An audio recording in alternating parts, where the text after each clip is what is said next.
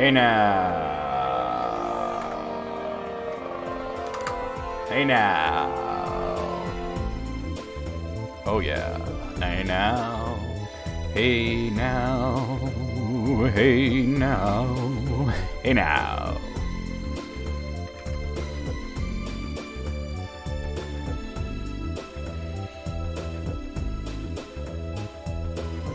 Hey now.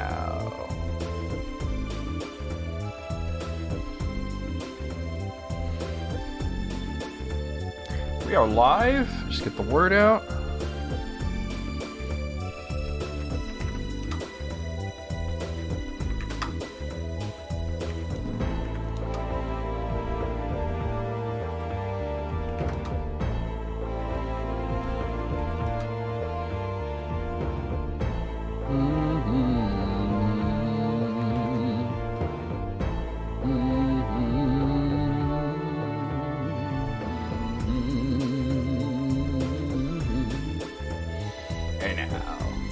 Hello, Wells. LeChunk! LeChunk's an emote, eighth. A good power washer or force lightning? Well, I would imagine that the force lightning is stronger, but the it won't get anything clean very much, right? Leave all these scorch marks and whatnot. You know what you made me think of? You ever eighth? Do you like watch like Planet of the Apes ever? Or? It's like my favorite movie series, but I don't always assume everybody else is into it. Oh, there you go. You will be cleansed.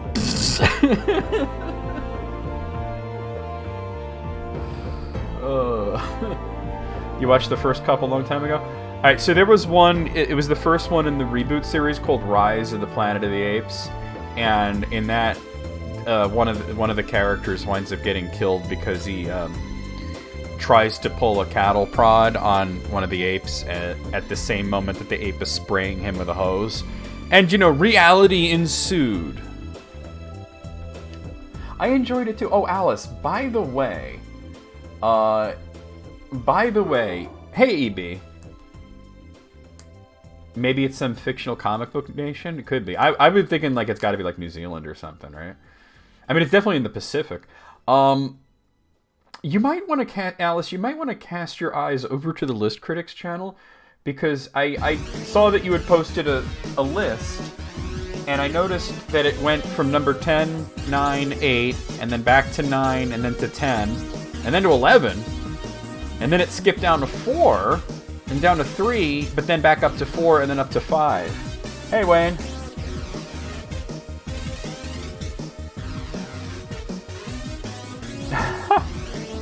You know, I've heard that, like, some people like to implement the horrible goose into their D&D campaigns.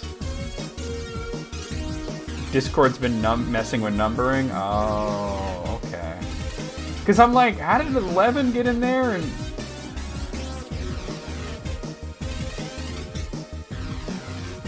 okay. That's wild that Discord's messing it up like that. That's so weird.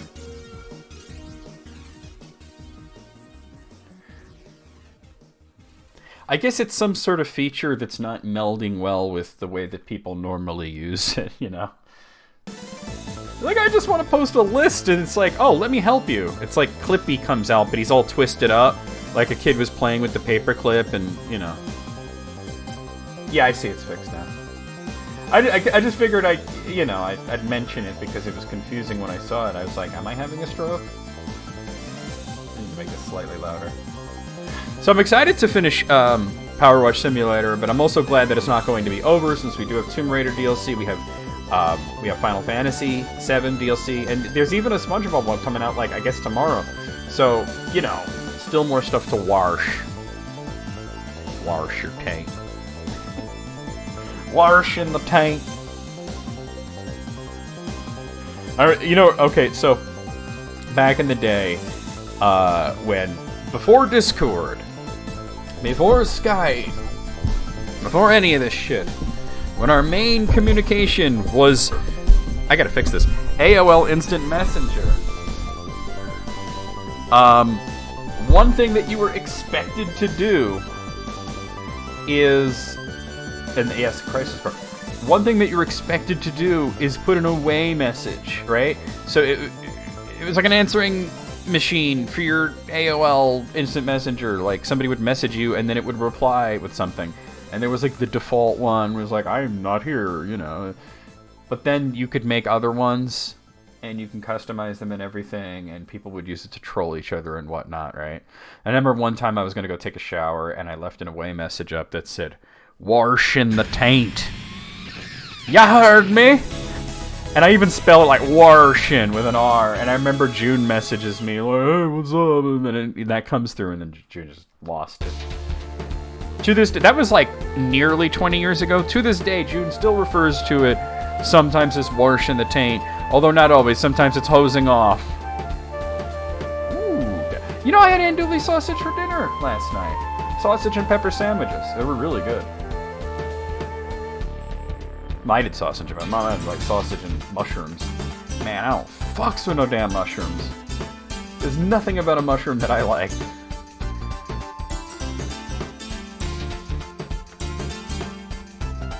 Yeah. Well, you predicted that people would do that. Not us, but people would do that, right? I do like domesticated rain. It's a good one. I like that. I do like that. Domesticated rain. We have domesticated the rain. Guys, we're just going to get started. As usual, since I'm already playing the music that I'm playing, we're just going to jump right into the game and let's go, right? Alright. I was thinking that since I'm like at the end of the game and I have like a bunch of money, even though I have, like, I should just buy everything in the store. Maybe there's a few achievements and stuff, right?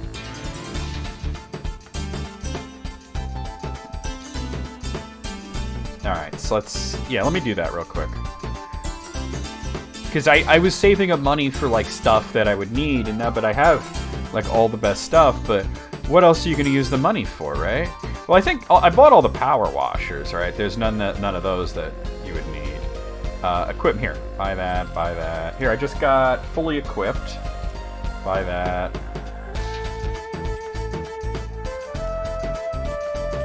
I'm just out here buying things. I just got Urban Expert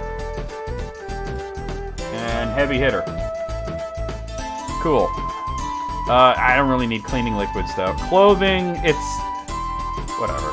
Just to do it, right? Just to spend all this money that I've saved up. I mean, we all... I did a lot of weird shit on AOL Instant Messenger that, it was basically just all really, trolling, you know? Okay, so I think I was I still doing the outside, or have I finished the outside? This side is clean. There's Mount Rushless. This sign's clean. Well, except for that bit right down there. Wait, hold on. There we go.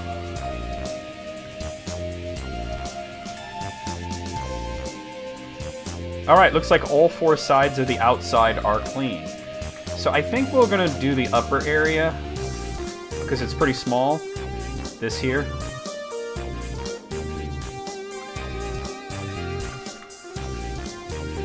We're only at 35%, y'all. I don't think we want... yeah, that's good. All right. I was thinking of what to play music-wise, because obviously we'll switch to Tomb Raider music when we play Tomb Raider, Final Fantasy VII music when we do that part. And I was like, I don't know, I was just suddenly struck with the urge to hear a little bit of Mega Man. So this is the soundtrack to Mega Man X6. Whoa, and I fell. Alright, great. Wonderful. Alright. Down I go! Mind your step!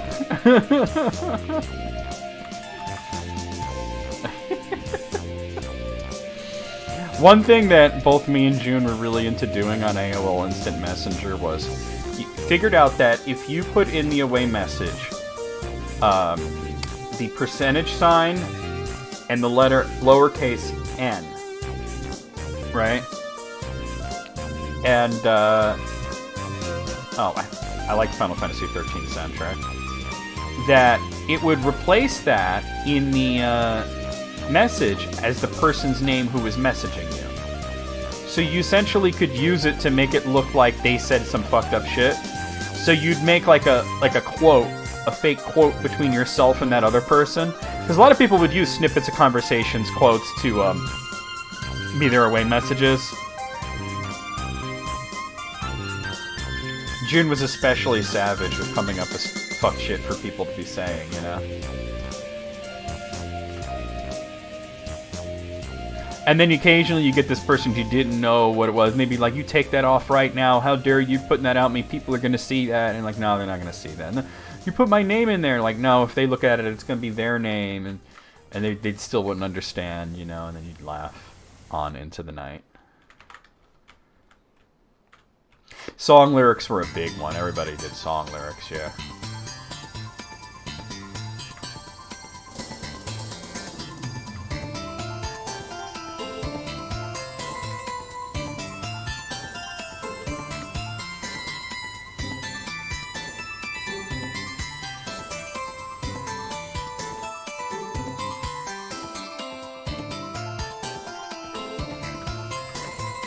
But yeah. I remember one thing that I liked to do. There was this weird service, right? And believe it or not, this was actually part of AOL Instant Messenger. It wasn't like a third-party thing, right? And it was like... The best way to describe it, it was like kind of like the idea of Omegle, where you would be connected to a random person, right? And it was buried in the what you call it, the menus. But they took it out after a while because it could be, I don't think you could use this for good. Like, basically, it would connect you to another person, a completely random person. It was called, like, Random Buddy or something, right? On AOL Instant Messenger. And there was, like, a default message thing that that you could send that would say something like, I'm connecting to you through Random Buddy, hi, you know. But, of course, you could edit that message before you send it and make it say whatever you'd like, right? And I would use that to find random people to mess with, right? Because what are we doing on the internet if not messing with each other at that age, right? And, I remember I got this one guy. I don't know what his fucking problem was, but he was, like... really, really fucking hostile, like, from the get-go. And I didn't say nothing, like, weird. Well, I said something weird, but I didn't say anything, like really all that fucked up. It was just something, like, kind of goofy, right? And he was just like, read my bio! And I'm just like, okay. Hello, we've been trying to reach you about your submersible's extended warranty. Yeah. So I'm like, this guy's just like, read my bio, right? And I looked at his bio and it said something like, freaks and losers leave me alone. And I'm just like, this guy's a trip, right? Like, oh man, he's too funny. And I was like, you know, I just continued to say weird shit to him. I don't even remember what bit I was doing, to be honest. I honestly don't remember. But he just got increasingly angry, right? And he's like, I put that in my bio so that freaks like you would leave me alone. And I'm just like, and you thought that would work?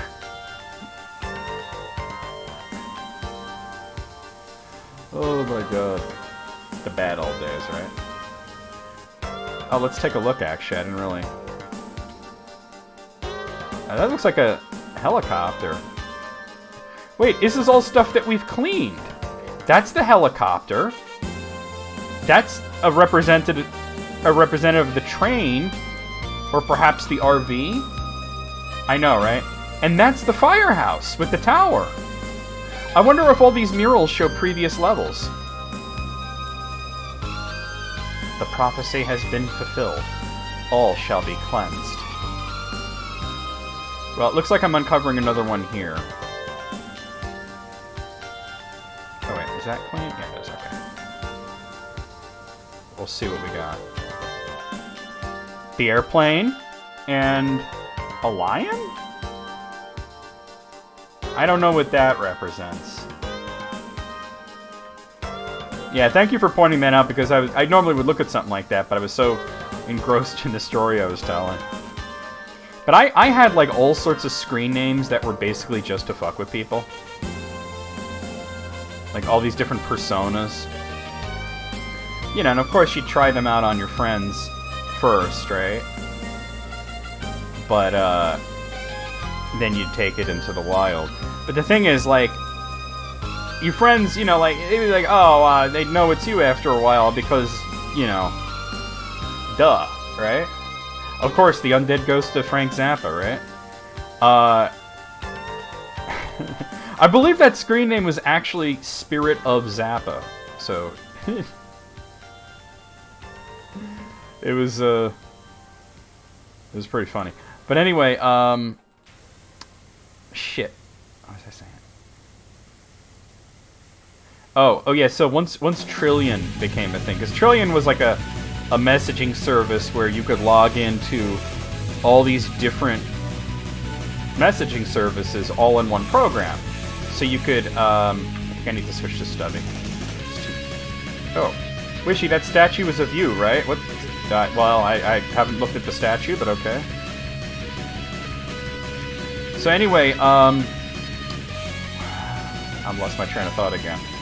How does it feel to be worshipped as a god by an ancient underwater civilization destroyed thousands of years before your birth? A little odd? Yeah, a little. Yeah, so Trillion, thank you for saying that, Ape, because you got me back on track here. You know, so you could be logged into AOL, Yahoo, MSN, and a bunch of other things all in one program, and even manage the buddy list all in one thing and everything. It was very convenient. AOL certainly didn't like it. They had their issues with that, right? But, I would use that to be in one screen name at the same time as another one, right? So I would be like, let's say I decided I was going to fuck with June under a new name, right? And I would be on my regular screen name, actively talking to June at the same time, like very quickly switching back and forth, and, you know, it would make it hard to discern that it was me. Yahoo chat rooms were fun because they were pretty much the Wild West, right?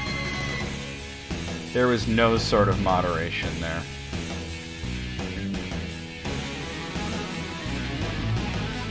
I don't remember this song from Mega Man X6. Then again, I haven't played it in like a while.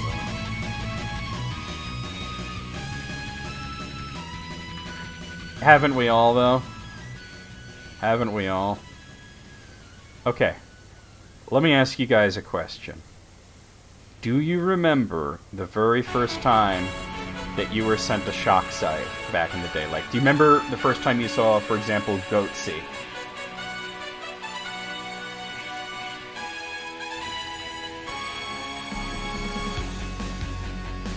I remember the first time I saw Goatsy very clearly. Oh, I remember Tub Girl. Tub Girl was a little after, but maybe you hadn't seen Goatsy, and Tub Girl was like the hotness for a while. I got a funny story about Tub Girl, actually. Meat Spin, yeah. See, the thing is, by the time Meat Spin came around, none of this shit was shocking anymore. It was just kind of funny. But the first time that I saw Goatsy, this dude, whose screen name was something like Screamin' Java, sent it to me, disguised as some sort of emulation-related link, and I clicked on it, and there's this dude holding his asshole open, and I had never seen anything like that before.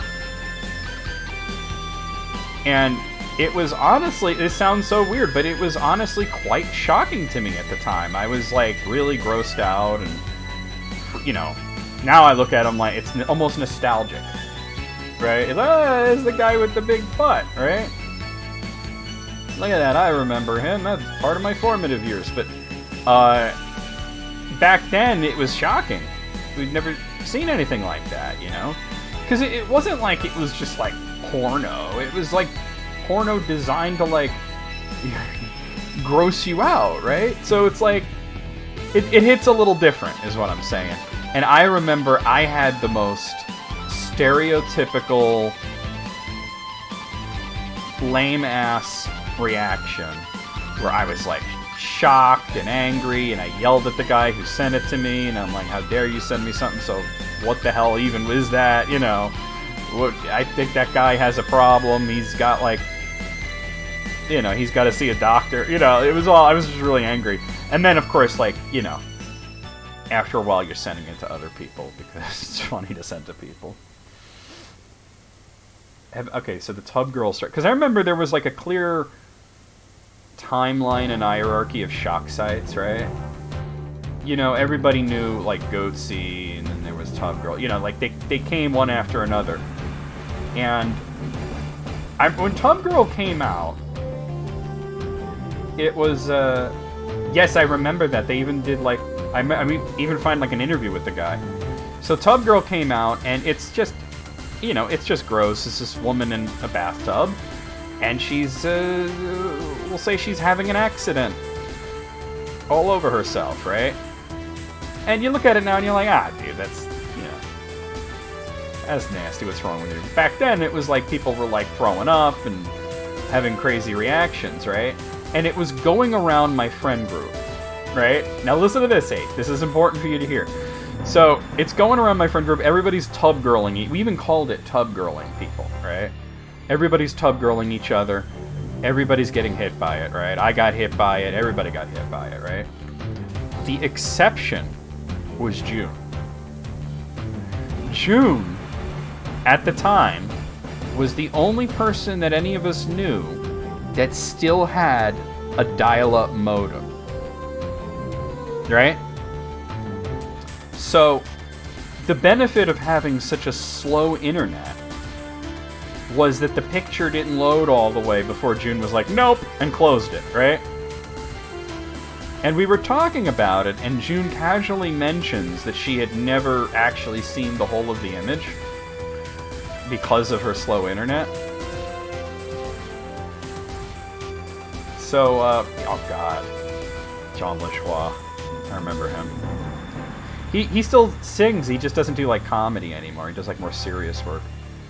But, so, the advantage was she didn't see, so she mentioned that she still hadn't seen the whole of the image. Also, I just said whole of the image. So I was like, so you don't even really know what it is, right? Yes, exactly, Ace. And June's like, no, I actually don't know what it is. And I was like, well, how much did you see? Because I'm trying to gauge how much June was exposed to it. And she says, it was loading, and I saw what looked like some sort of gross tit pooping out butterscotch pudding, and then I closed it because I didn't want to see the rest of it. And I was just like, I think you need to look at it. Because what you're coming up with in your imagination is actually worse than what it is. Right? You're using your imagination, and it's like, you know? It's so much worse. And so she did, like, all right, I'll look at it. And wait like a minute later because it's, you know, 56K modem, takes a while to load, and then she just starts laughing. She's like, yeah, you're right, it's actually not that bad. So there's my truck, and you could see the guy with what appears to be a power washer. There's a car. There's the drill thing. So this ancient civilization was drawing cars and shit.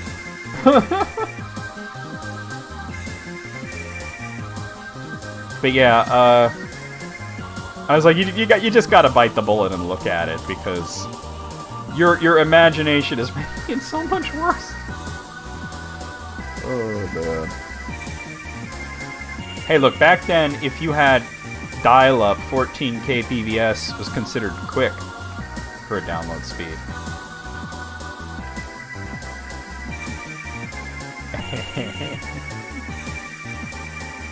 Oh, the horses could be the carousel? You're right. You're very right. That could be. Yeah, she's like, how's it? That wasn't so bad. I was like, yeah. You can't let fear of an image rule you, right? Two Girls, One Cup was a big one that, like, when shock sites started becoming videos instead of just still images. And I remember back before YouTube lost its balls, it was a big thing to do. You couldn't obviously show 2 girls, 1 cup, but you could show your reaction to it, and doing reactions to it was popular. So let's see. That's got to be the motorcycle and sidecar. There's another motorcycle, the other motorcycle that didn't. And there's the penny farthing. Look at that.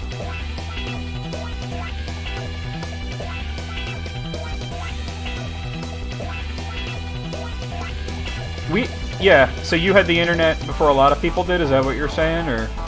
Or was it that everybody was on like 28.8 and you had the faster modem?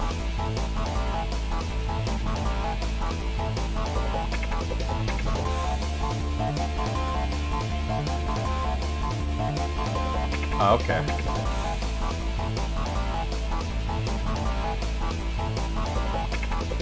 Because believe it or not, there was a time when a 56K modem was... That was the fastest you can get. Alright, let's see what we got here. So one of the houses, yeah. I remember this car specifically. That was the antique car, and there's the RV. That's wild. They're making the last level one hell of a trip. And this is just the we've only done the upstairs and the outside. We haven't even gone into the main chamber yet.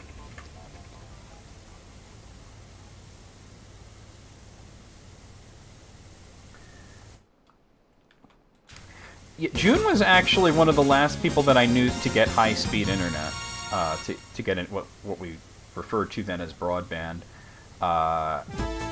It was a lot to do with their mother. Like, they didn't have cable TV for a long time, and they didn't have high-speed internet. And it was 100% not so much about the cost of it, but about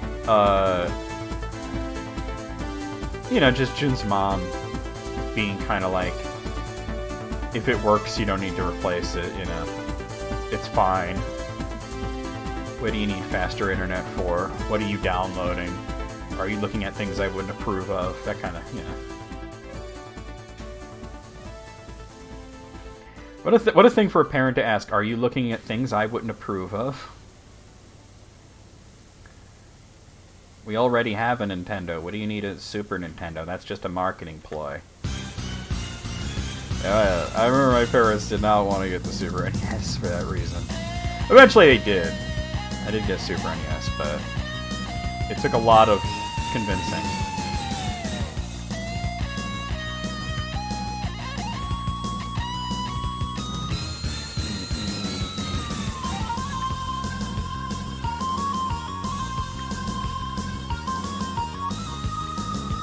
Hey Mogul, how's it going?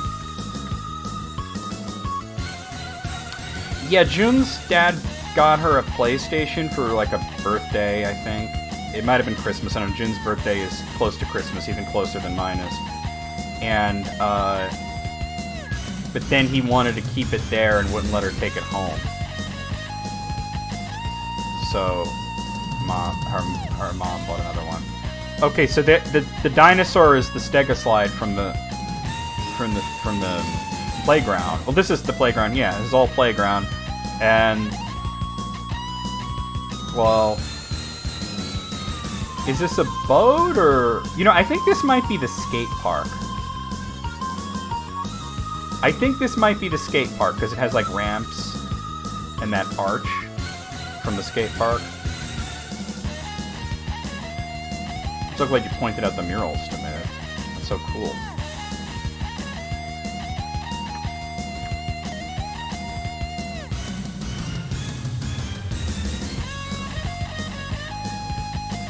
The bad old Wild West days of the internet, y'all, right? Some of it you reminisce about, and some of it you look back and you're like, oh my god, it was the Dark Ages.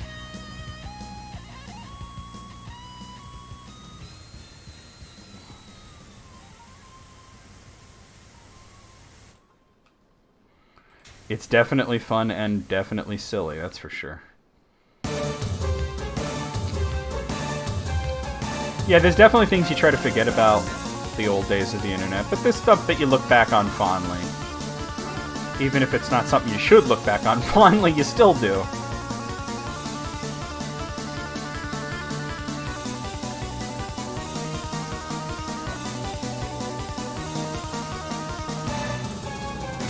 You definitely were. Let's take a look. There's the hand, the statue, and the time machine.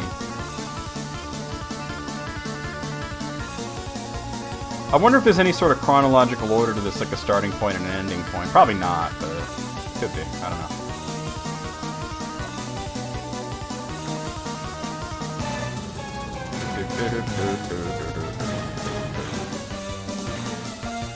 It's weird how much this sounds like an RPG boss battle, and it's not.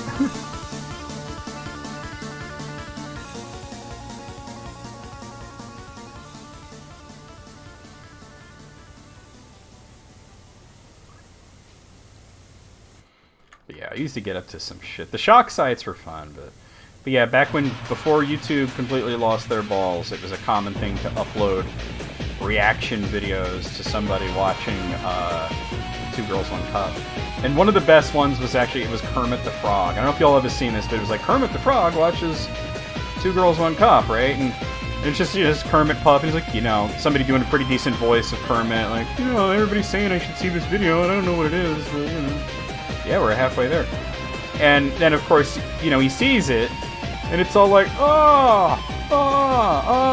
but then he grabs, like, lotion and the tissues and starts going to town on himself,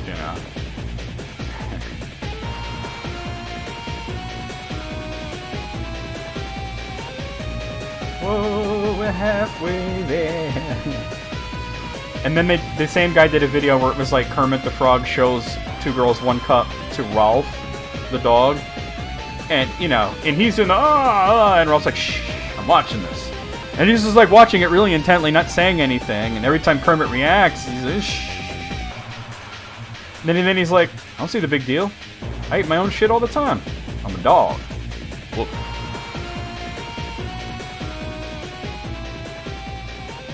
I think the star rating, I'm actually glad they got rid of it, and I'll tell you why. Because people don't deserve a star rating system. They don't know how to use it. People, and of course there's obvious exceptions to this, but people in general are only going to use 2 of those ratings. The 1 star and the 5 star.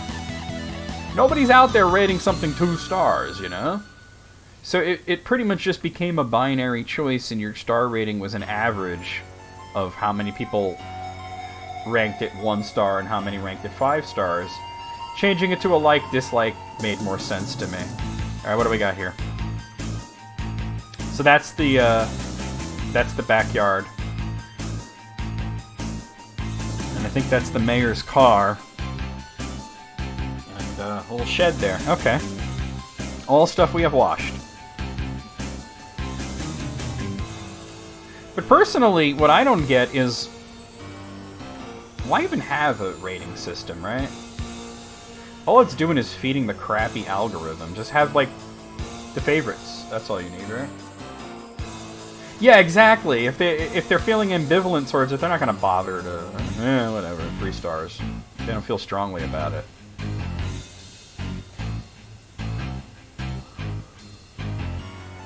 What am I... Oh, right there. Okay. That's the mayor's house and his boat. And somebody just texted me, so let me see if it's anything important.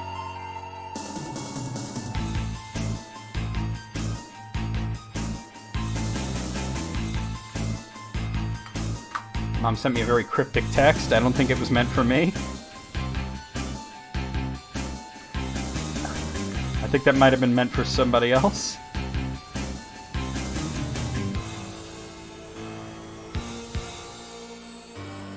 Oh, yes, the lions are the cats that have gone missing. Yes, that makes perfect sense.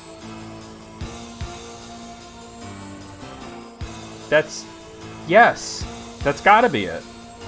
Because this game is big about...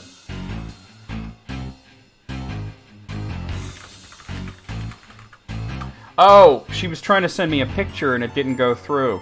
Because I just got a message from my mom and it just says, on Grandma's driveway, and I'm like, what?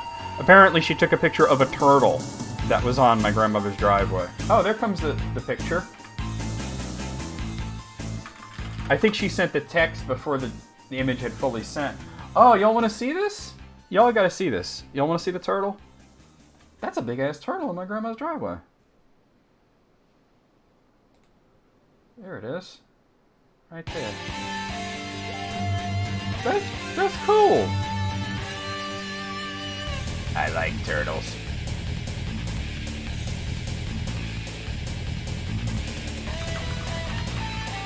She says big boy, and I just wrote absolute unit.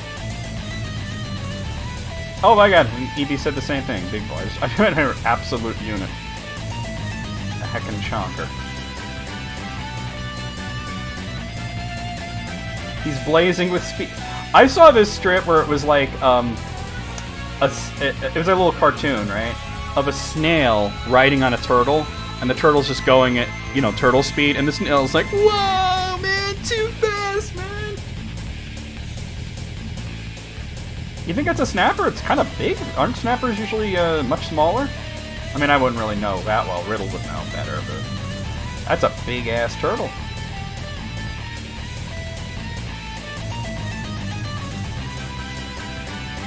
You used to see them all the time in upstate New York.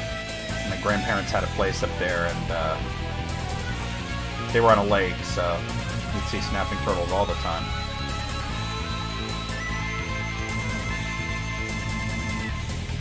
Switch to this. Like, whoa, too fast, man!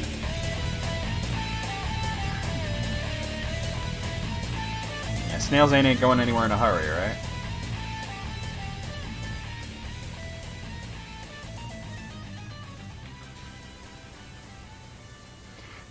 I guess I know why I like the Mega Man X6 soundtrack so much. So much of it sounds like an RPG.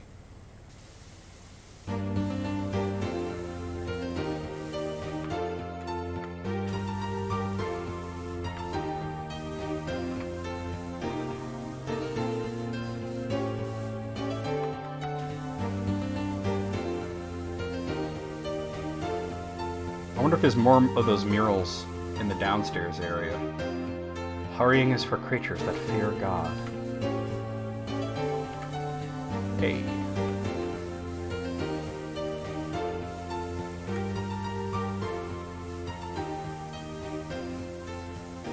Central opening.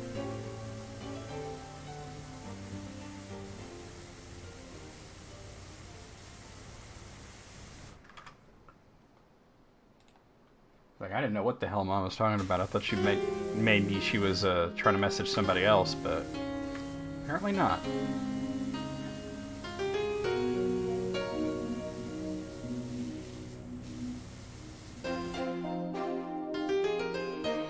Oh yeah, slugs can fucking move. They can schmoove it, for show. It's actually creepy to watch how fast slugs can go. You ever see that movie Night of the Creeps?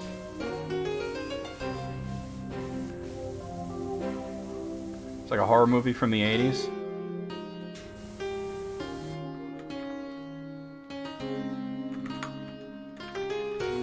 '80s or '90s, maybe '90s. It kind of had everything. It was like a zombie movie, an alien movie, a slasher movie, everything all put into one. And the thing is, the way that the aliens would turn people into zombies is there were these slugs that would like shoot into the person's mouth, and then it would like take them over and they'd become zombies. And I remember I was kind of freaked out by slugs after seeing that movie, not because I thought they would go into my mouth or anything, but just thinking of them as slow creatures and then seeing how quickly they moved in the movie at least. And then I did see some in real life that, yeah, they're pretty quick. You know, for something that looks like that. It's a wild movie because it's like every horror genre mishmashed into one film. Like, there's like this weird axe killer dude in the middle of it for no reason, like, in this like sort of zombie alien movie. And then for no reason, there's some axe murderer.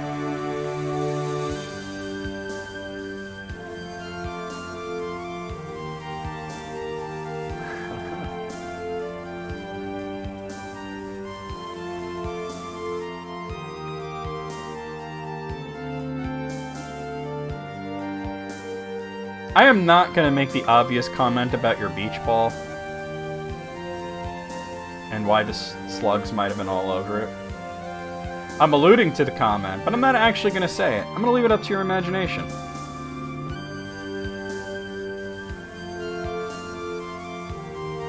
I think this might be the end credits. Or at least part of the ending.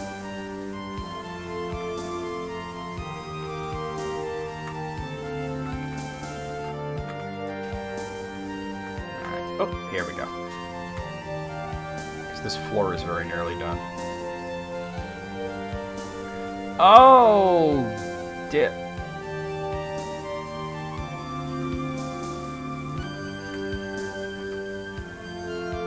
This is why when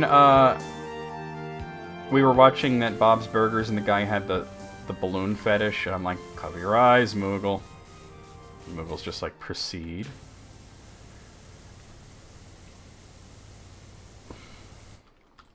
Seems like a waste of beer.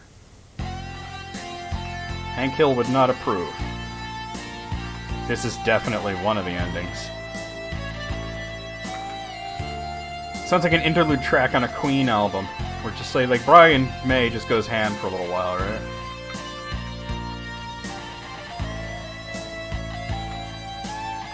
So I got this part, but this whole, like, outer part is not completely done. There, now it is.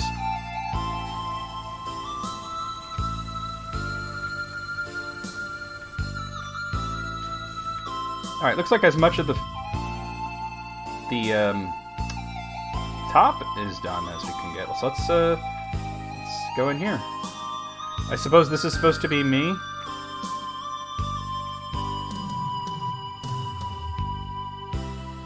It's a very... yeah.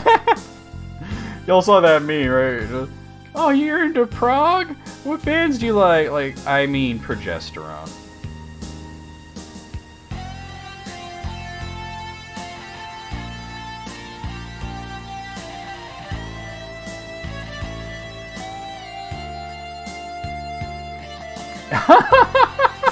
Damn! You just that's funny. What did Neil deGrasse Tyson do to you?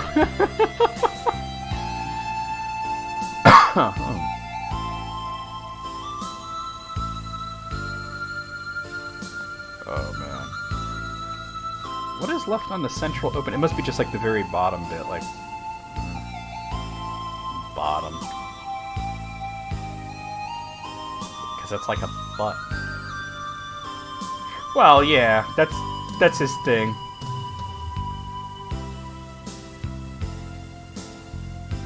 That is true. He does do that.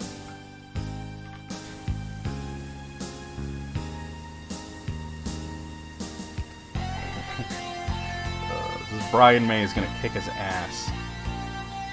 Actually, isn't Neil deGrasse Tyson like a trained boxer? I think I read something about he was like into boxing. He looks like a nerd, but apparently he's pretty tough.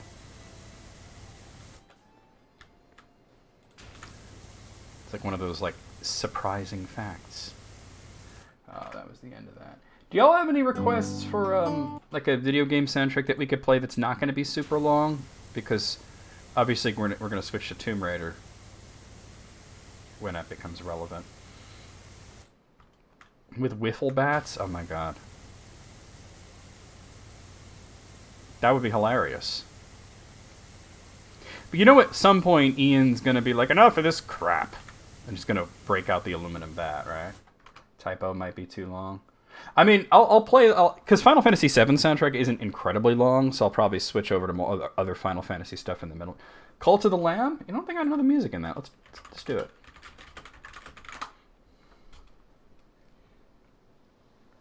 I mean, it's about an hour and a half, so not super long. Hey, alright. I've seen gameplay of the Cult of the Lamb, and I'm like, I don't remember any of the music, so this is going to be interesting. Cult of the Lamb is an interesting choice as we're cleaning a temple.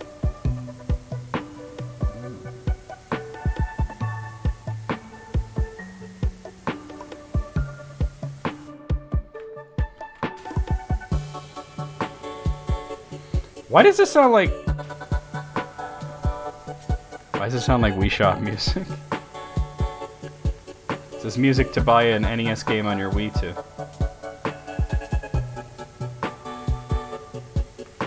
Yeah, it does look like that. Oh my god. I remember the music in that Rocky and Bullwinkle game. What the hell were they thinking?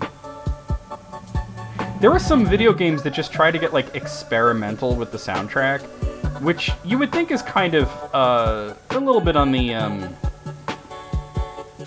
It's almost like, what's the word I'm looking for? It's, I don't have the word. It's kind of admirable in a way, right? But at the same time, sometimes it's whatever experiment they're doing does not fit the game at all. And I can think of 3 games off the top of my head that go with weird experimental soundtracks that do not fit the game at all. One of them is Rocky and Bullwinkle. Brave yet pretentious? Yeah. I was thinking more like brave yet crappy.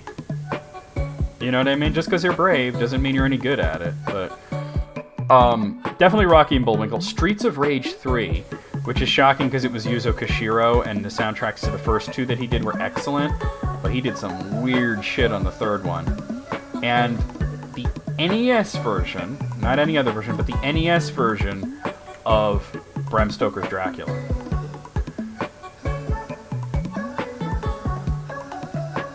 Weird shit. There's probably others out there where it sounds like, you know, like theme song to Crazy Bus.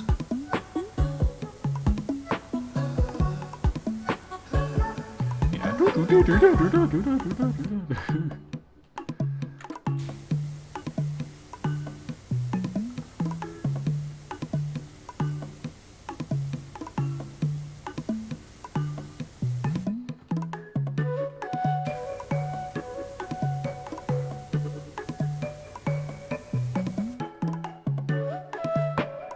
Listening to Crazy Bus music while playing Desert Bus.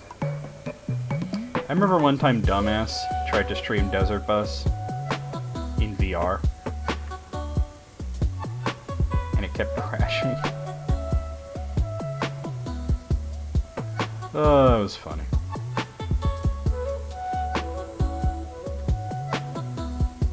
I don't get the whole Desert Bus for charity thing. Like, I get the charity part. I don't get why it's gotta be that game.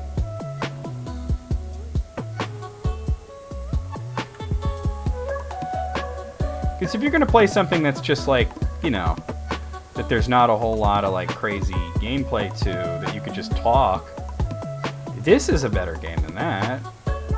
Alright?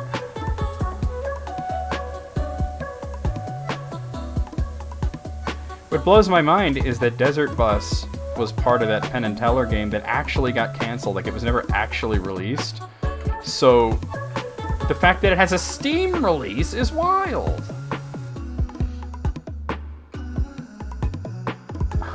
Conan Exiles while listening to My Little Pony music.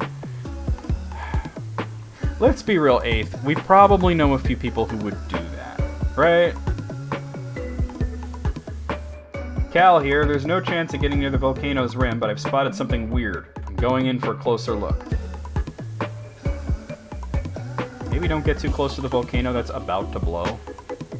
Cal, can you fucking chill with that shit?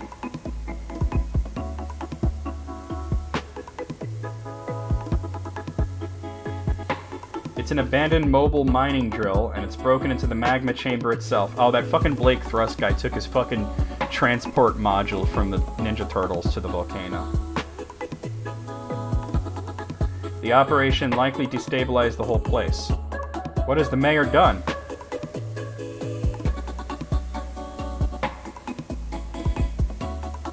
I guess it's just because it's a meme, right? That's really what it comes down to, is it's a meme. I mean, at least they do tend to be very successful in raising money for charity when they do that. I just feel sorry for the people that have to sit there and play Desert Bus for hours and hours. I wonder what Penn and Teller think of that, right?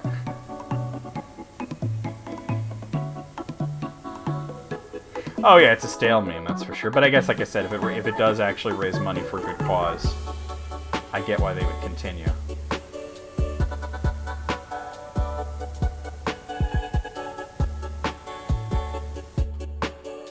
Yeah, that's the vibe I get. Hey, watch me suffer.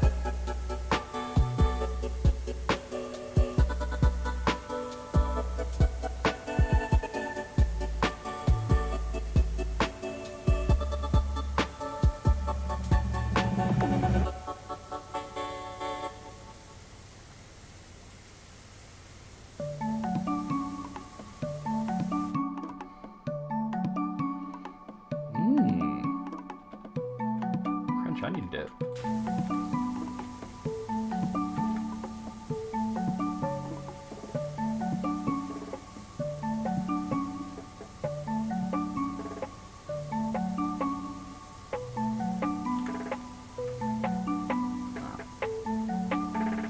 Well, actually, maybe I just switched to this.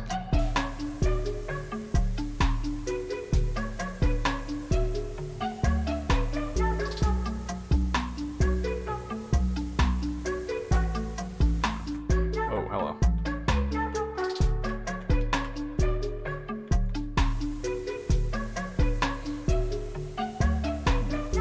I mean, at that point, it does basically just become a chatting stream, right? I love French onions too. This is the part of the stream where Moogle comes out of his slumber and says hi to the people that have been here the whole time. I don't know, maybe I should use Stubby. Nah, I gotta use at least the short one. It's just a weird distance thing.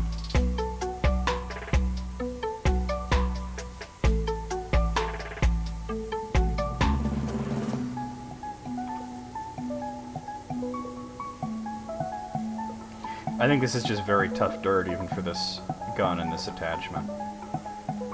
Which makes sense, it's the last level of the...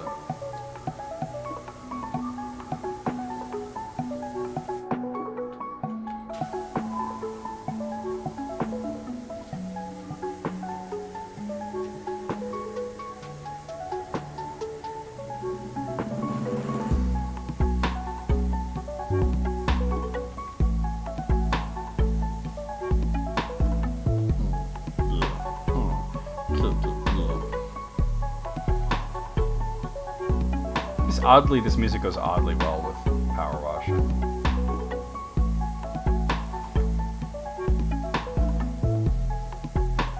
Stubby.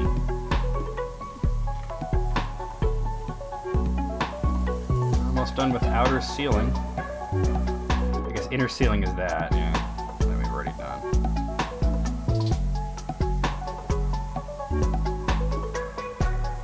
What oh my? What did I say that gets an oh my there? Oh, Stubby? That's literally the name of the attachment. Well, when you don't have an attachment, it's the Stubby gun.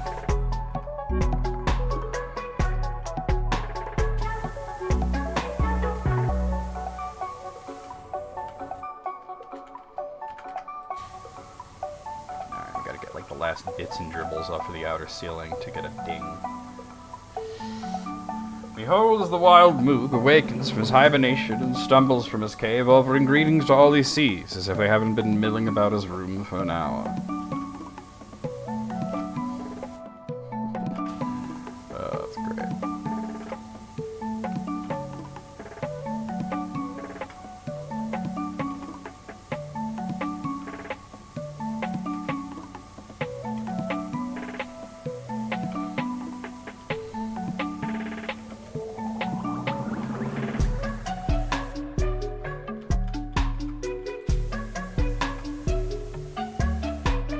Apparently there's a bit of that ceiling that I missed. Oh, even with the extra long, I can't reach that? Really? Oh, there we go. I didn't realize I had... There we go. I didn't realize I hadn't finished that. Hey, alright. Rock and roll, baby.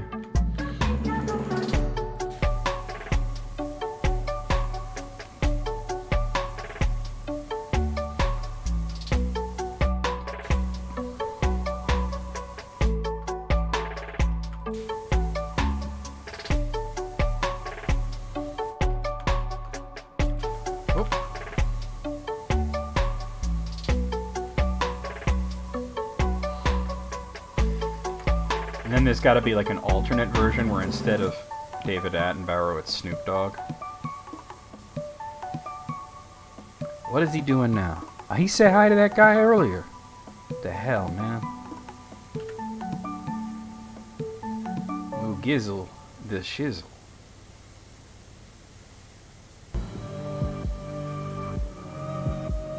Ooh, now it's getting creepy.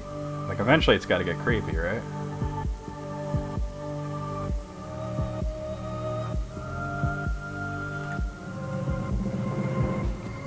Alright, nice.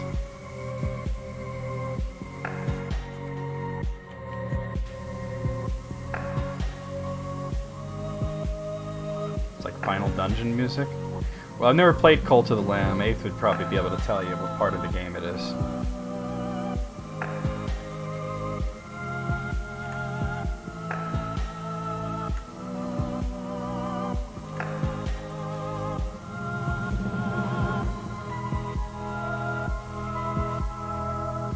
Honestly, this sounds like something out of Star Trek.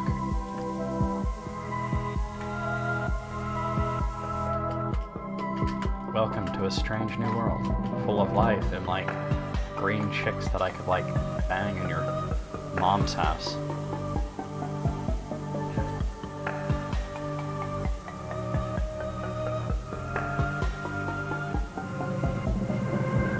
Number 1, I order you to take a number 2.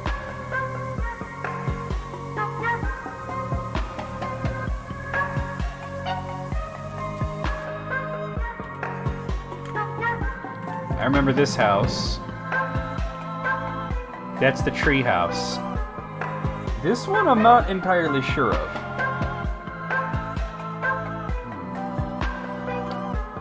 Yeah, that's definitely the tree house. That's that other house that, you know, it's one of the houses. This one though, I don't remember anything with like hexagon windows and. Oh, the shoe house. Yes, you're right. It was a shoe the whole time. The mural is decidedly less shoe-shaped, but then again, they probably had different shoes back then. Or maybe it's a Rob Liefeld thing, I don't know.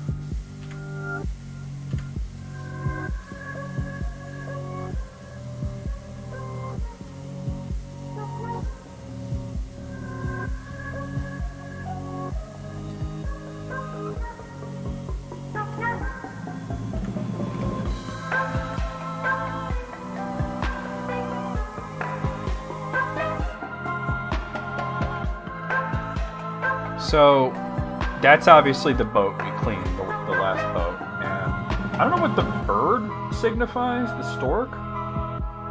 Maybe he just needs some Vlasic pickles or something, but cool story, bro.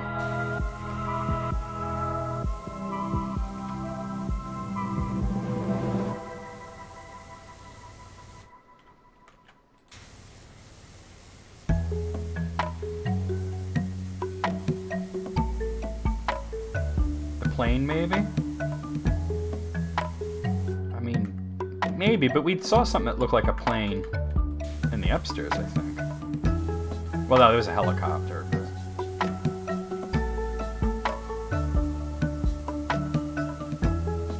Here's the temple. The monk's temple.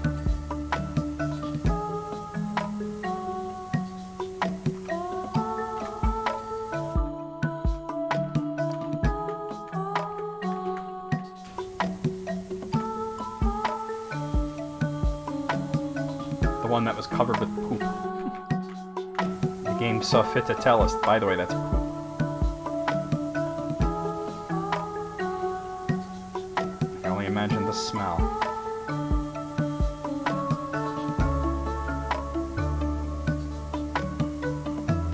Harvesting our craps? We've got to go back to the moon and harvest our craps.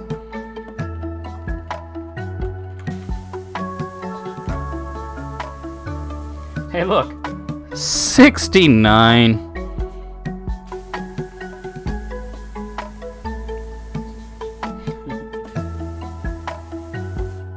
Nice. I think you guys are legally obligated to clip this at this point. We're at 69%. I drew a 69. Nice. Right? Just saying. Nice.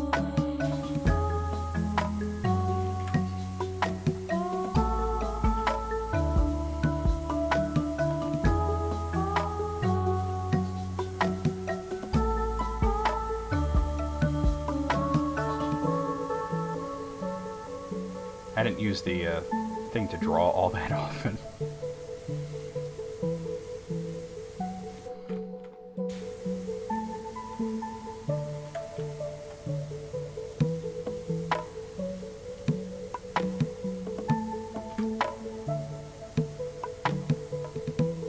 Nice. I see what you did there. Nice. Thank you, Moogle. Nice. Nice. At that point, I think you have to clip it, right? I think that's in the bylaws. Homeowners Association could come after you if you don't.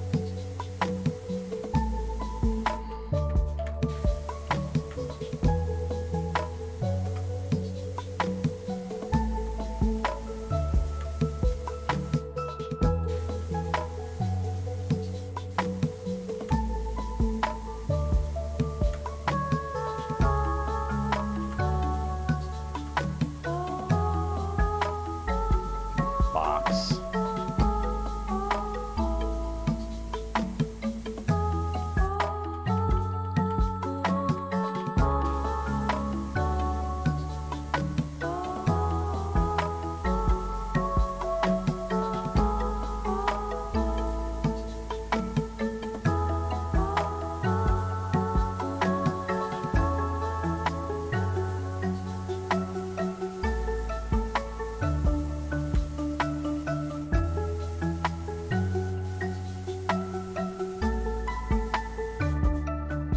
And Wayne as well. 69! Nice! Come here, bro. Come here, 69 me, bro. Wait a minute. Nice. The Fighting 69. They saw action from both sides. Yeah. They could lick anybody.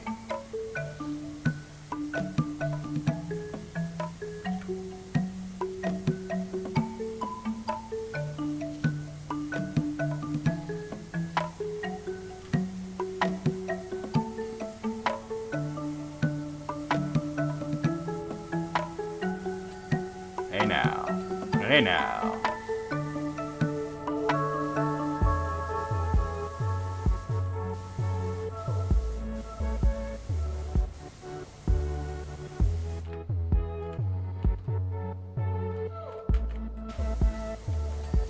Hey now.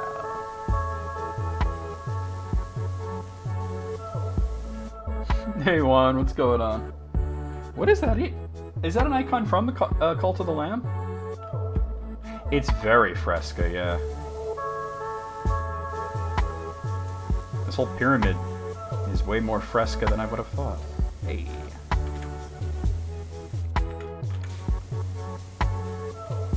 Oh. Oh. Oh.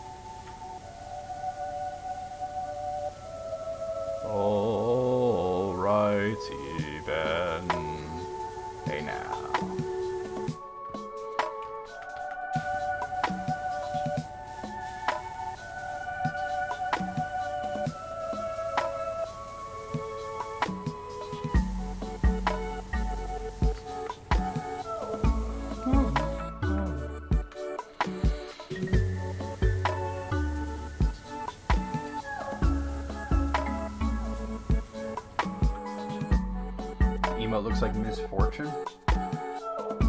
What? Misfortune from,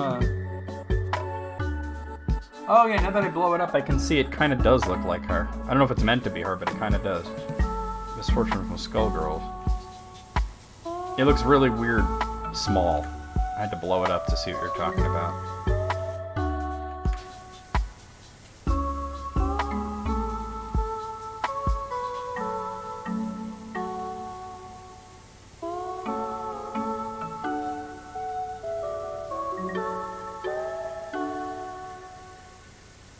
Could very well be.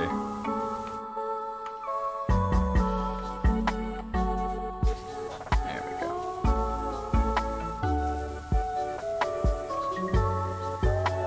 Hey now. The Fighting 69th.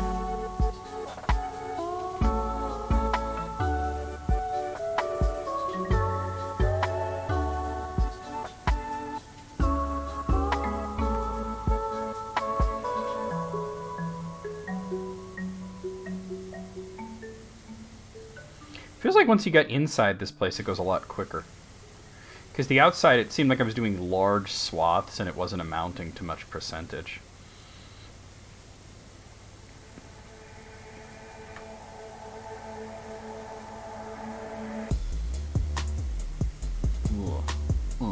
Come on now. Ugh.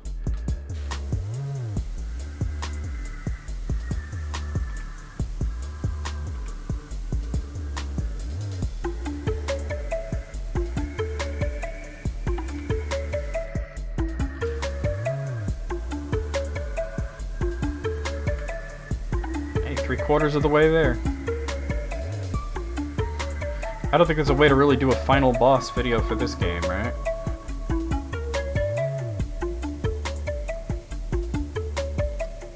Especially with the last level being put over two streams, right?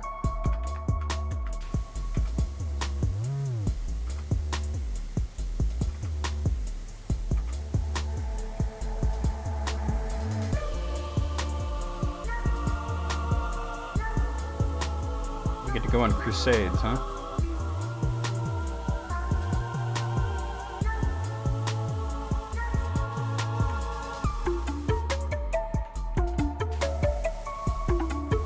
Everybody, Fallen Demon is playing Persona 5 Royal.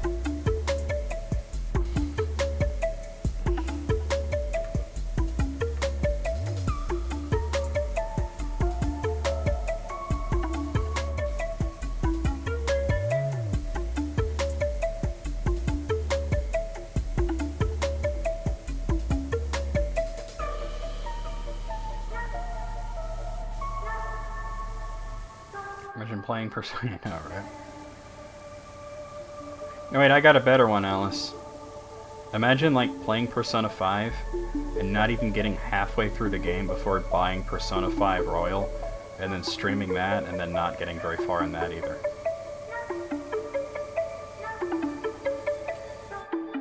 Imagine not getting past the demo of Final Fantasy VII. Chips for now. There's some self-control, right? Oh, is that what it is? Move never forgets a cat, girl? Oh, no, I know you weren't. But I was.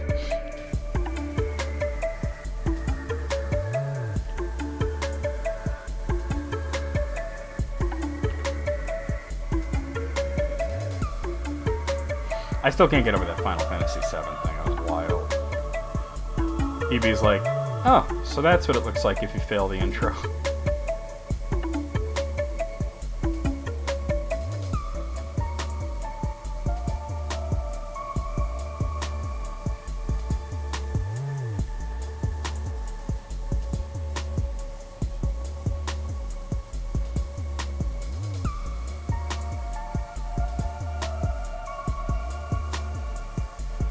It never even occurred to you to, like, see it on purpose, right? One time I did do something like that with Metroid, the original Metroid on NES, I decided to fail the escape sequence just to see what it looked like. It was kind of interesting to see. You know, I've beaten the game so many times, why not try something like that?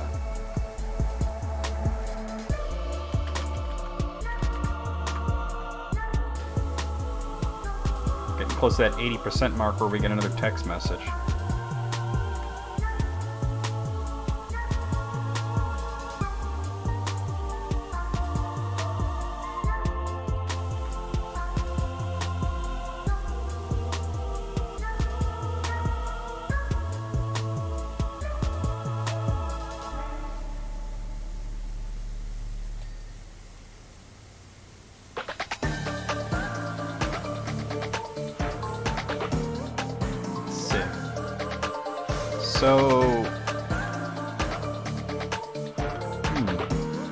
Well, that's the bathroom. I think this whole thing might be the bathroom.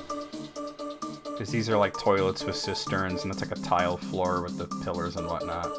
So that's that bathroom that the dude wanted to turn into a nightclub, because he's a damn weirdo.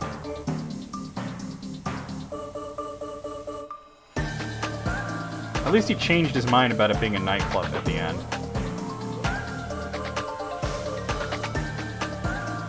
Reminds me of that meme where somebody would like use the flash on their phone and take a picture of the inside of a cheese grater, so it's all like lit up and it looks like a Missy Elliott video, and then send it to somebody and say it's a new nightclub.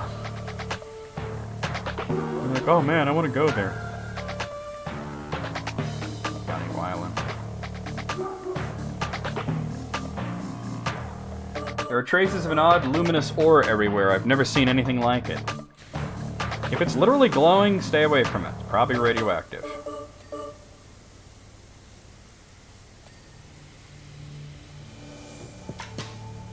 Hang on, there's something else up here. So obviously the Ferris wheel. Oh, this is all of the stuff from the... Well, not all of it, but there's the hurdy-gurdy. There's the fortune teller card. I guess this is the carousel because you could see the lines there. Look out! An aircraft just shot straight out of the volcano. It was heading your way. Yeah.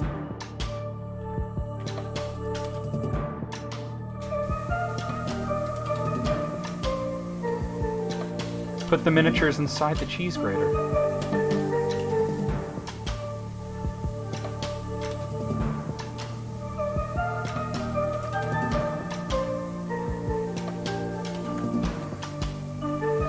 It was wild. I like for someone to be like a streamer and to fail so basically at the Final Fantasy VII intro, with people in the chat specifically saying what to do. Wild.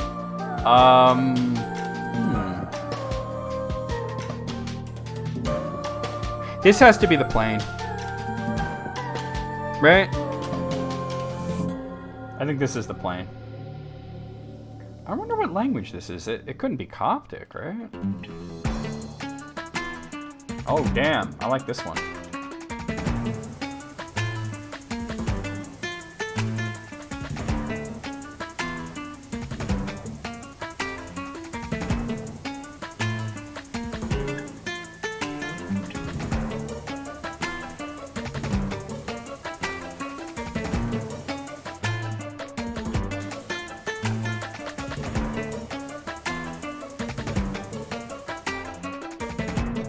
Maybe. I didn't know there was going to be PowerWash Simulator lore, right?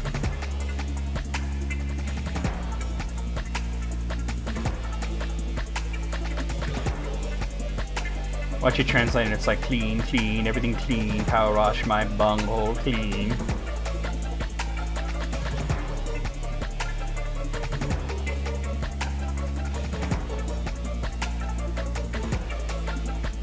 A lot of games do that, actually, yeah.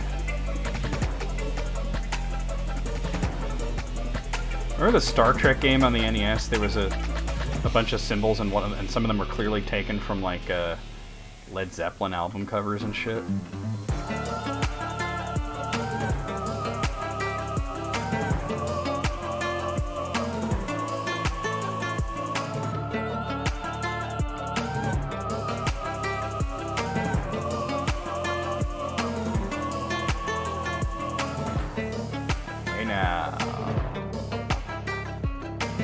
the Gnome King. I'm just gonna move him.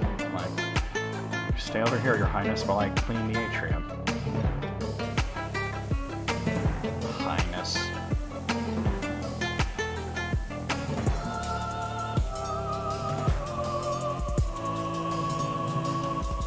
Well, no, it wasn't that one. It was the fourth, the Untitled album that had like the weird symbols on the sleeve.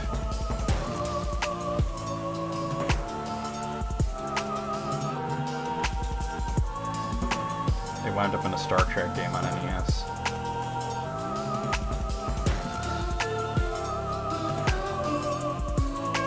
I remember AVGN noticing it and pointing it out.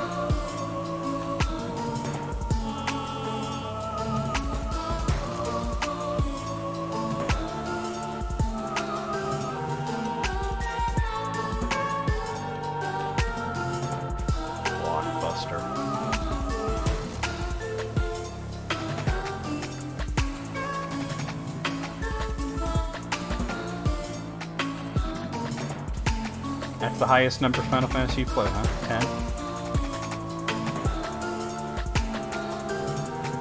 12 is really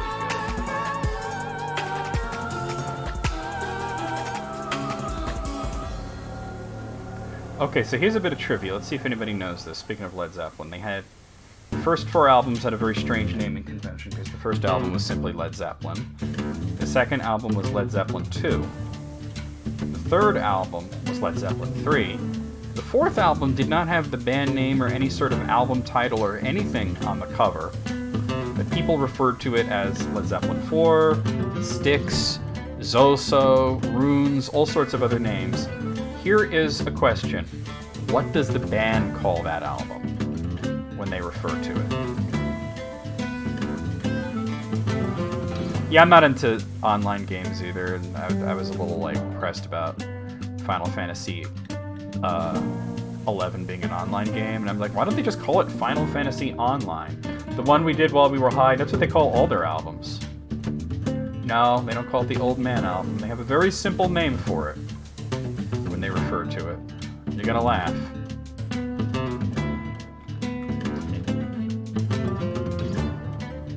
Oh, hey, Grad, I didn't see you come in there.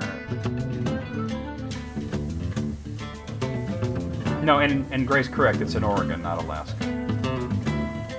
They pretty much mostly sell merchandise about them being the last blockbuster. Alice is the closest. They just refer to it as the fourth album. It doesn't have a title. It was never meant to have a title. And the reason that they did that, release an album without any sort of words or anything, other than a bizarre painting on the album cover, is, believe it or not, back in the day, contemporary critics hated Led Zeppelin. They thought they were an awful band that was never going to amount to anything. All of their albums got really terrible reviews from most publications, especially Rolling Stone was especially harsh on them. And I remember after the third, everybody was like, this band's not going to amount to anything, they suck, nobody's going to buy this shit. And then every album was, you know, selling out and doing well, and their tours are doing well and everything. So they're doing pretty okay for themselves. But then, I knocked over the King Gnome. There was this one critic who said, the only reason people buy your albums is because it says Led Zeppelin on it. Which is kind of a silly thing to say, right? Because, yes, you buy the album because it says Led Zeppelin because you like Led Zeppelin.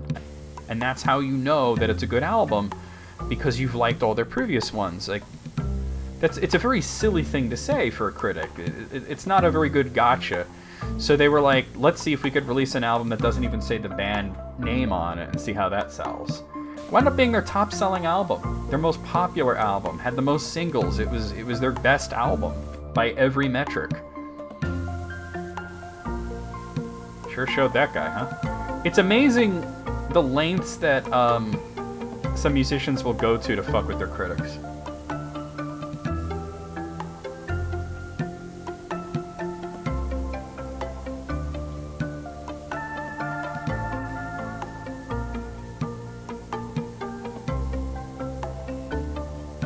Out of curiosity, Moog, what turned you off that you decided not to get any more Final Fantasy games after ranking 10? You just didn't care for 10, or... I'm just wondering what turned you off to the series as a whole.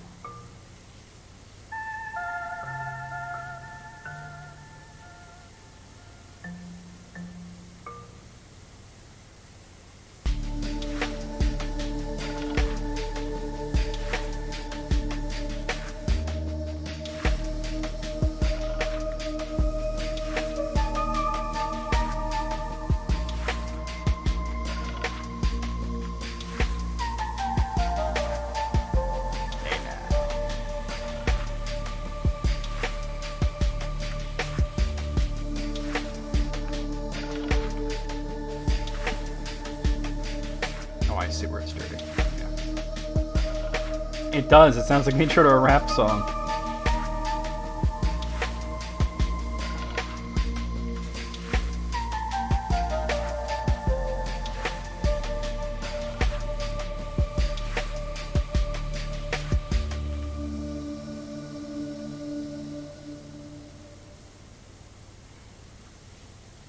"12" was definitely not more linear. And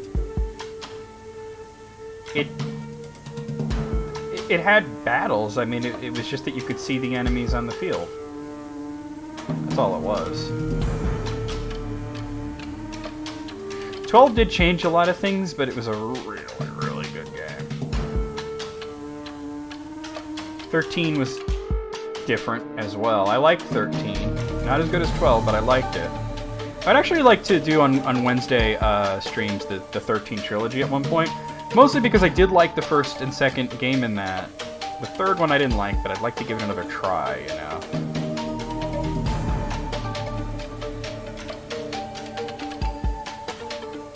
Yeah, 12 did have a slow intro.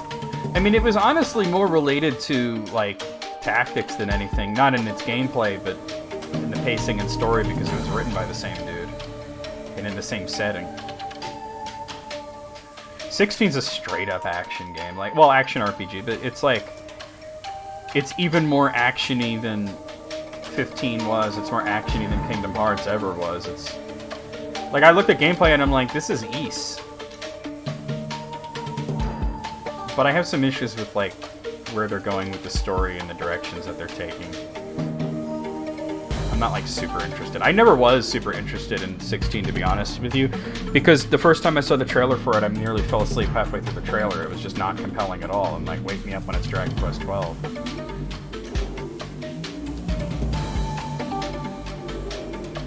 And there's nothing about any of these characters that screams interesting to me. There's no reason that they can't make it an action game. I got no problems with that. It's just that there's nothing about it that's particularly compelling.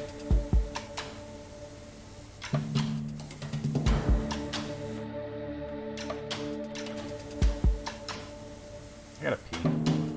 I wind up peeing a lot when I play this game. I have to take so many pee breaks. And it was only last time I streamed this that I figured out why. It's because the noise, this sound constantly. After I get this pillar done, I'm gonna take a brief bathroom break.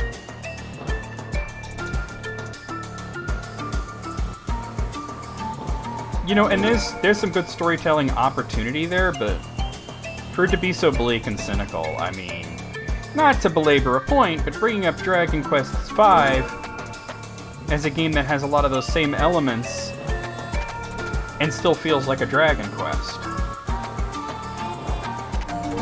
You know what I'm saying? Oh, let me go take a quick pee break. Like I said, I think it's the constant water sounds whenever I play this that make me have to go to the bathroom a lot. I'll be right back, guys. Makes sense to me. Imagine yourself by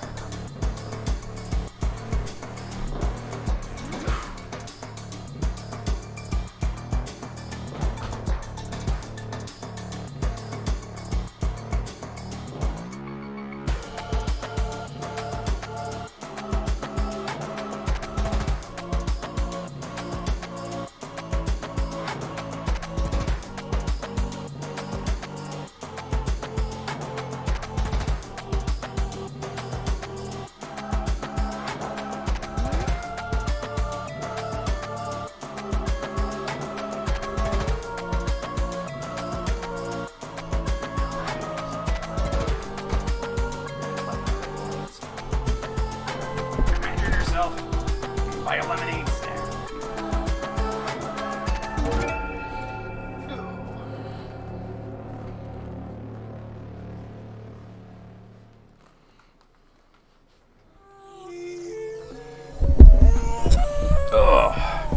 You know, we hadn't talked about what to do after Final Fantasy II, right? But I think we got to do Dragon Quest V. I talk about the game enough, and how it's one of the best storylines, one of the darkest storylines, one of my favorite storylines in an RPG. I think that it was definitely eclipsed by 11 in terms of storyline, but I gotta do it. We gotta do 5. Especially to correct a minor error. This track's wild. It's like a remix or something. To correct a minor error from my Let's Play, right? And you guys are gonna laugh, right? So here's what I consider to be a minor error from my Let's Play of Dragon Quest V. So there's a part, it's called Hand of the Heavenly Bride for a reason. There's a point where, oh, if it's bothering you, I'll skip ahead. That's almost over. Okay. There's the end of it. Where you get married. And you basically have a choice of 3 characters to marry. 2 of them were in the original game, and 1 of them was added to the remake, right? So there was Bianca, who's like the childhood friend, right? Then there's Nira, who's like the new girl that you just meet, that the hero kind of connects to and whatnot. And then there's Nira's older sister, Deborah, who was added to the remake. And Deborah is, for lack of a better term, she's a big ball of bitch. And, you know, she wasn't in the original game, not even as an NPC. It was just you chose between Bianca and Nira, who I believe in the fan translation was called Flora. But anyway, so when I played the Super Famicom version of 5, I chose Bianca. And the reason that I chose Bianca was, hey Liquid Dice, how's it going? SpongeBob DLC, I believe, is tomorrow. I believe it's tomorrow, the 29th. How are you doing? Welcome in. So, I chose Bianca simply because she had, like, a personality. She was a character. And Nira was just this new character who didn't seem to really have any kind of personality, right? That's the Super Famicom version. When I bought it for the DS and started playing that version, I had already decided that I was going to marry Nira just because it was something different that I hadn't done. But also I found that they gave the both of them, you know, more distinct personalities, and I found Bianca to be fucking annoying. Hey, no problem, man. Welcome to the stream. My name's NecroVMX. I stream every day, a variety of different games. Wednesday, whatever I got, and that's why we're doing PowerWash Simulator. We're on the last level here. And then the next time I played through it, I was like, let's see what Deborah's all about. Because Deborah, like I said, I could best describe her personality as, for lack of a better term, she's a big ball of bitch. And I wound up thinking that she was amazing. She was hilarious. Every word out of her mouth when she's your wife is gold, right? It's really cool. So I always made this meme when it came to Dragon Quest V, that there's 3 choices of brides. There's the canon choice, the right choice, and the best choice. So when I did my Let's Play of Dragon Quest V on YouTube, I was kind of caught in a, like, I didn't know which one I wanted to choose to marry, right? And yeah, I just noticed that that's not quite clean. Oh, over there. Huh, what else? Ah, look at that. Look at that. I'm finding dirt. And I was going to, yeah, Nira's a really good mage. She's a really good mage. But I wasn't going by, because it's not a hard game. I wasn't going by, like, who's best in battle or whatever, right? Because like Nero is very magically inclined, Deborah's very physically inclined, and Bianca's sort of like balanced. There we go. I don't think this is still clean, no. No, it's not. But anyway, this is like around the time that I was getting really fed up with Silly Snake. And Silly Snake was the type of dude who would just go on these long rants about whatever female character from a video game pissed him off that day. Like, I remember just listening to this man go on a whole rant about Maven Blackbriar.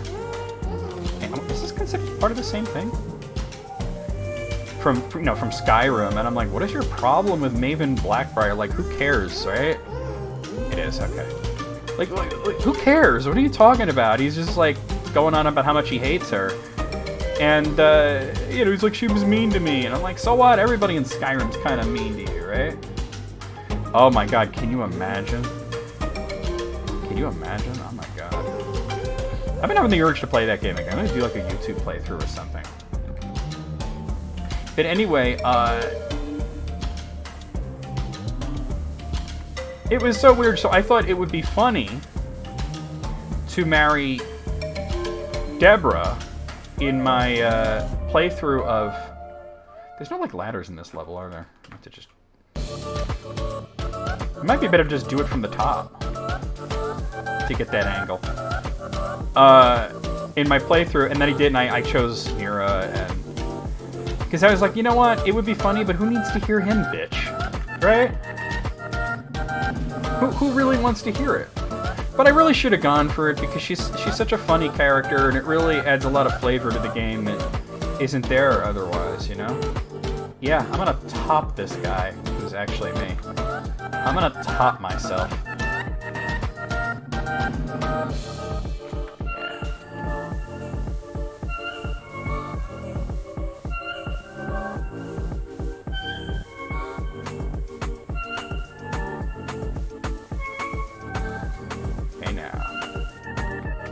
Whoa. Okay, hold on. I'm gonna fall. Not that it matters. You just climb back up. But still, it's inconvenient.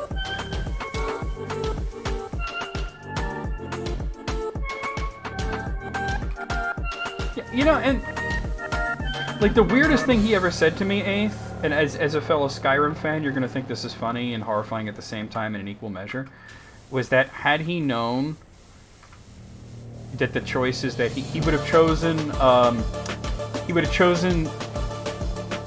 what do you call them? The Stormcloaks in the Rebellion, if he had known that choosing the Empire would give Maven any kind of political power. Because she becomes the Thane of the Rift. Like, dude, tell me how you really feel. Right? Yeah. So yeah, I had this idea to sort of like mess with him by choosing Deborah. And then I didn't do it, and I should have because it would have been funny. So when there's not going to be no polls or nothing. When I do Dragon Quest V for Flashback Fridays, is 100% we're marrying Deborah. She's a big ball of bitch. And there's nothing wrong with that. So it looks like the statue is pretty much done. Let's go down here. Whoa, okay.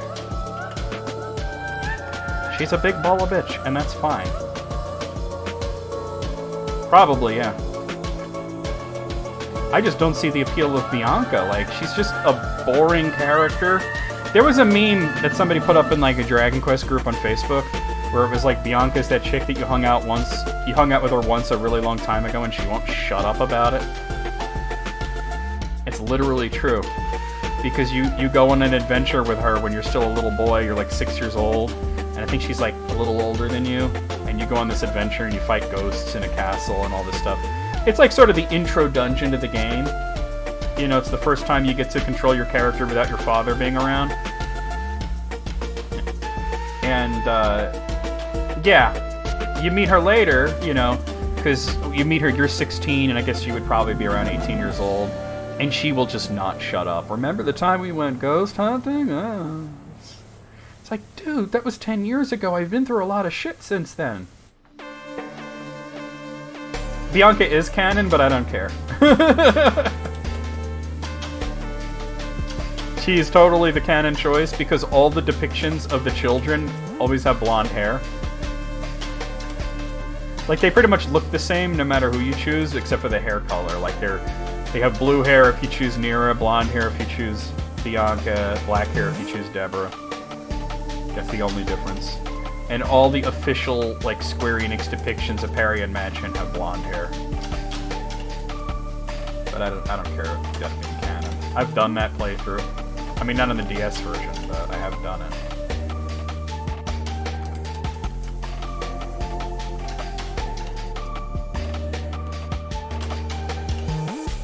Oh, so you did that? Okay. Because it's kind of told in 3 acts, similar to the way 11 was. There's where you're about 6 years old, where you're a child. Then there's you're 16 years old for the second third of the game, and then for the final third of the game, I think you're about 26. I think 10 years passes. And it's this really cool thing where you start out as this little boy traveling with your father, and then at the end of the game, you're traveling with your own children. It's basically like, you know, the guy's life. And what a fucking crazy life it is.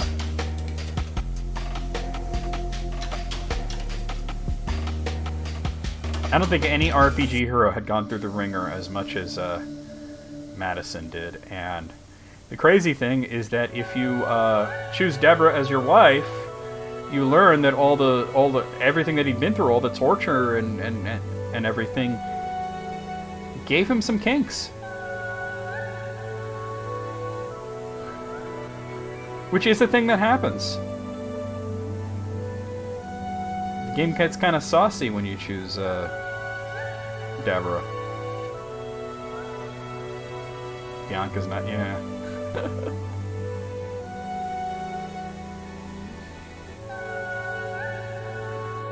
Now see, Bianca would be like, can I be the slave and you save me? And he'd be like, I'm not into that.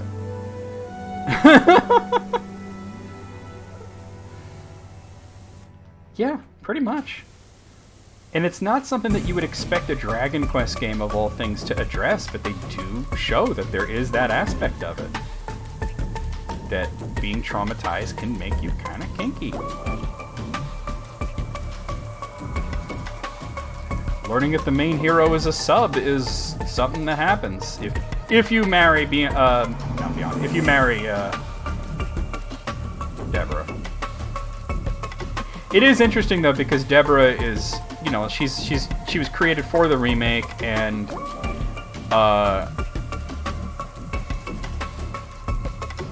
she's Nira's older sister. There's sort of a taming of the shrew thing going on with the two of them, you know.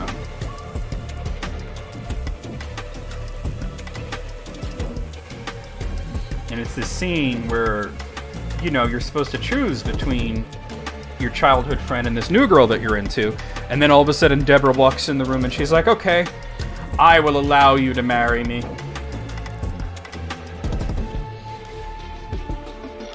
Yeah, that's true, Ace. It's just that the reason I bring it up as so surprising is because you kind of expect that in Final Fantasy. Not necessarily in Dragon Quest. It was kind of daring of them. Final Fantasy's always been a little edgier. And what's weird is that with all this stuff in it, Final Fantasy V certainly comes off as... Dragon Quest V certainly comes off as tragic, but it never comes off as edgy. Like, they certainly... they certainly weren't being pizza cutters when they wrote that story.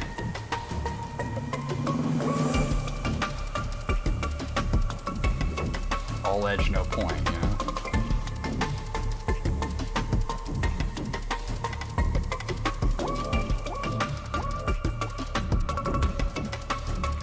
Just like the song.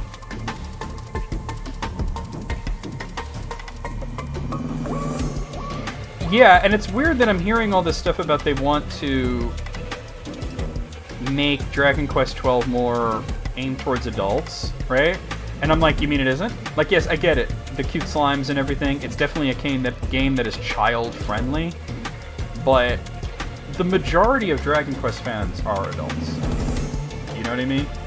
Like, it's not a children's RPG in that sense. Pokemon's a children's RPG, right? Paper Mario is a children's RPG. Dragon Quest is not.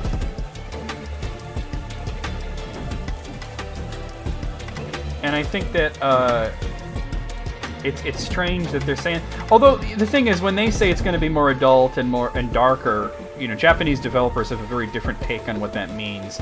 They probably mean that it's going to have a lot of political intrigue. It's going to be like Final Fantasy Tactics, you know. There'll be religious themes, you know. Well, there's always religious themes in Dragon Quest, but darker religious themes, and, you know, more about the human condition. There was a guy at IGN, and I know IGN, blah blah, right? But this guy, it was right around when Dragon Quest XI was announced and was about to come out. It had already come out in Japan, but it was about to come out in the United States. And, you know, it was sort of like a "This is the history of Dragon Quest" video, which is very short and not like amazingly informative, but definitely the guy who hosted it understood Dragon Quest and what it's all about. And he put it in really simple terms, where he said, Final Fantasy is like, what if the Lord of the Rings had motorcycles? Right? Whereas Dragon Quest is, what if fairy tales were better? And if you know anything about fairy tales, they're not all light and fluffy, you know. They could be pretty dark. But there's usually some sort of allegory there as well with a fairy tale, so, you know.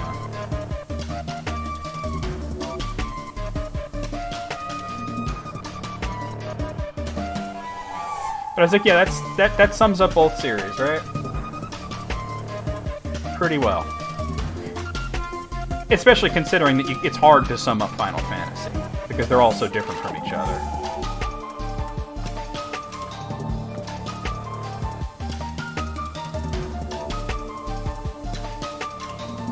We're at 94% here.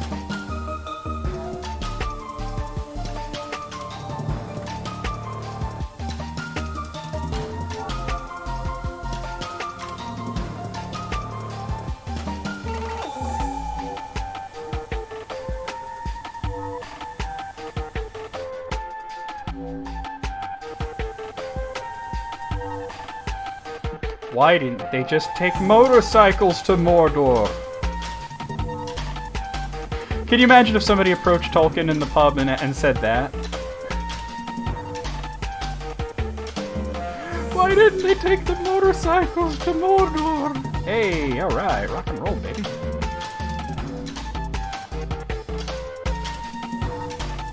Yeah, and it is true that Western Dark and Eastern Dark are two different things. Like, when an Eastern developer says they're going to make a dark RPG, you get Final Fantasy Tactics, you get Final Fantasy XII, you get Vagrant Story, right?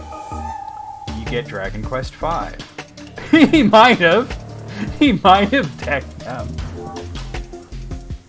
Why did they just take motorcycles? I just want to ride my motorcycle. I mean, he already had people walking up to him in the pub and asking why did they take the Eagles to Mordor, and his response was shut up. So, I can only imagine if somebody said motorcycles. Hey, Tolkien! Hey, mate, how come they didn't just get on a motorcycle and ride it straight towards Mount Doom, man? That would have been a lot fascinating, wouldn't it? Shut up!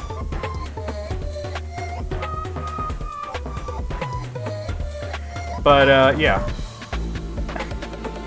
Yeah, so an Eastern developer tells you they're going to make a dark adult RPG. You get something political, something with intrigue, something that's has weighty themes to it. You get your Vagrant Stories, your Final Fantasy XIIs, your Dragon Quest Vs, your that other one that I said. Western developer says it, and it's like, yeah, there's a lot of sex. They say fuck, right? There's a lot of blood spurting around. That's cool and all, right? But it's, you know, I got no issues with any of that. And that's not a universal thing. Like Dragon Age it did a dark, mature storyline very well, I thought.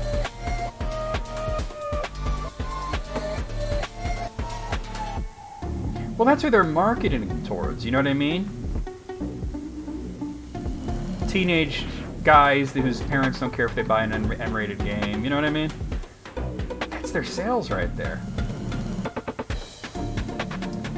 I remember one time I had a conversation once, and this will blow you guys' minds if you were here for me streaming this game, who told me that he didn't like Breath of Fire 3 because it was childish. Do y'all remember Breath of Fire 3? Was there any point in that was childish?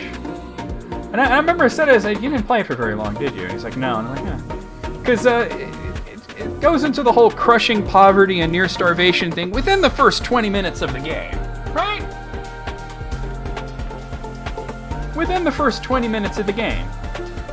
He was just talking about the graphics, because they were colorful. Because it didn't look like Final Fantasy VII. And I'm like, Final Fantasy VII's a fantastic game, but there's other types of art styles, and most Final Fantasy games have much brighter colors than that, and are still just as dark. Yeah, I don't think he really, played it at all, really. Because, like I said, it gets to the point where you're having to steal food to survive pretty much in the first 10 minutes of the game, right? It does not take very long to get to the whole crushing poverty, oppressive taxation, corrupt politician themes. Breath of Fire has never been a lighthearted story. The closest to that is the first one, which is very good versus evil fairy tale-ish. It still has some twists and some darkness to it. It still has the tragic aspects, but it's also very prototypical of the series. Breath of Fire 4, perfect example of an extremely dark game. Still has a lot of color in it.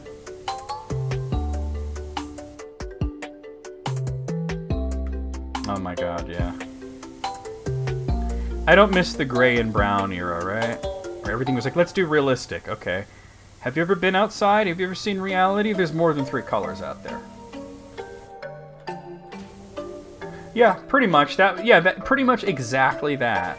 He said that it looked childish. What, because it had, anime people in it and had more than 3 colors? It's like, try playing it, Actually paying attention to the story.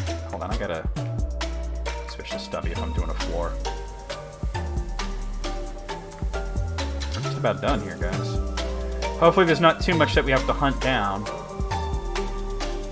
I mean, there's gonna be some things. There's always some things, but hopefully it won't be too much.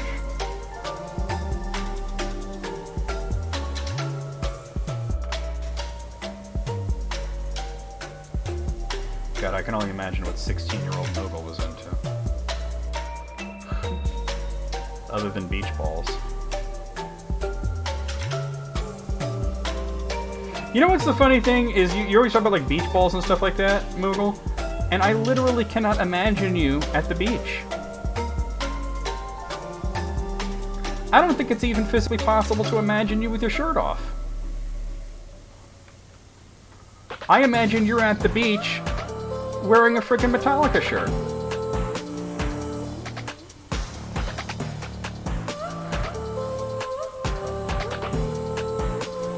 You're like suns out, guns out, and then you whip out a Super Soaker.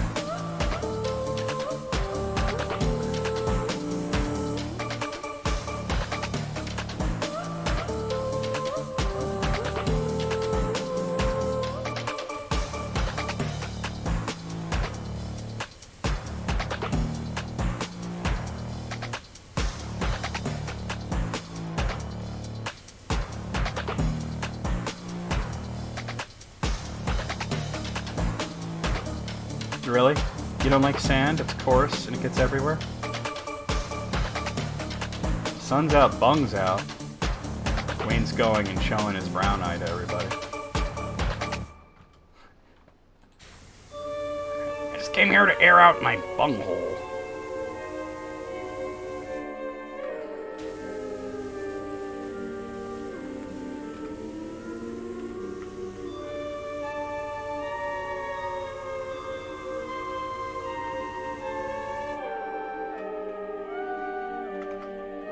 Oh, really? That's wild. I'm guessing he was nothing like Tuco. He did say that was a very challenging role for him. He was playing a criminal. Go figure. Then again, that's not a stretch from My Name is Earl, since the whole point was that he had cavorted with a lot of unsavory types in the past.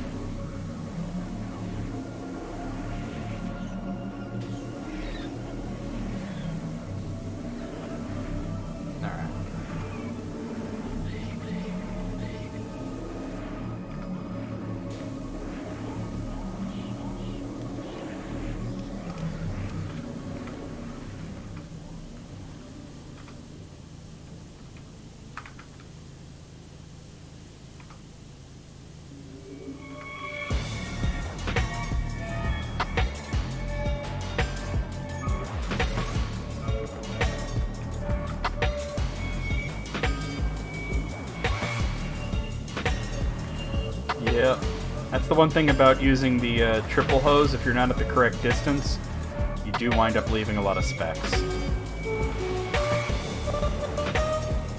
That's why I switched to this one.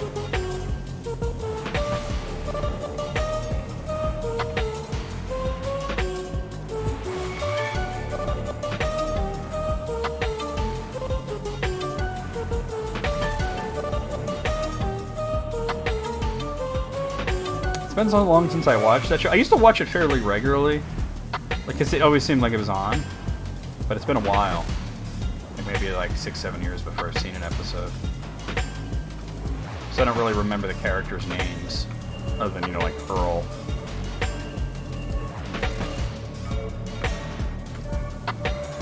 Problem is this is yellow and it's very bright here, so it's hard to see any highlights.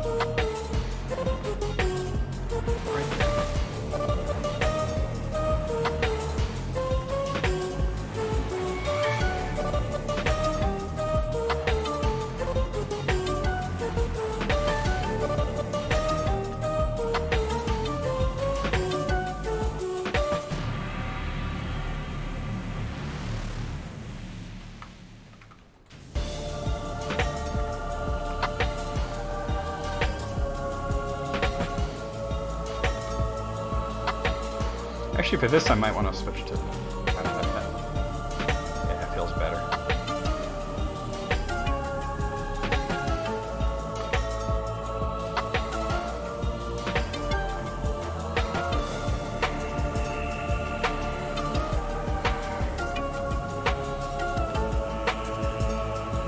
Atrium floor is not very forgiving.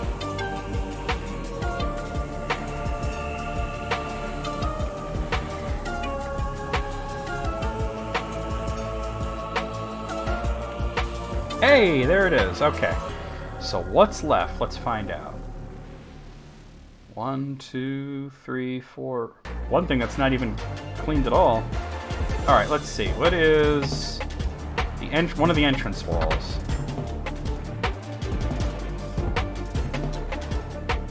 This one here? That's rear entrance wall, so it'd probably be this side.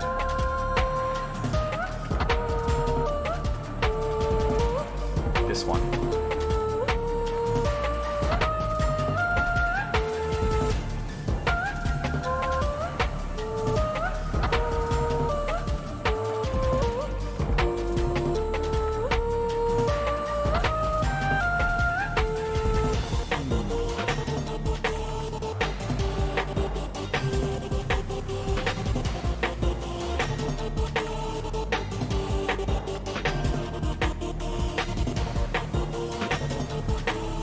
Hey, alright, we got that one. Okay. Gallery ceiling supports. It's up there. Okay.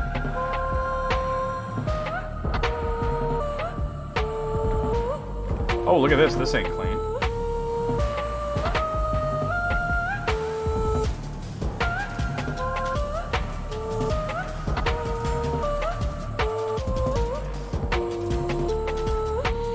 Maybe he was just a fan and wanted to be in the show. Yeah. Oh, this is really dirty. How'd I miss that? Wow. Alright. Palace pyramid walls. Out of 14 of them, only 11 are clean, so that's the outer portions. Whee! Honk, honk, honk. Okay, nothing on this side glowing. There, the blue.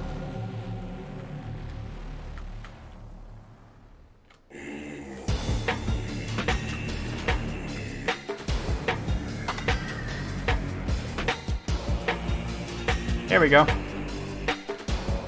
Still 2 more. Alright. The blue and the yellow there. Okay.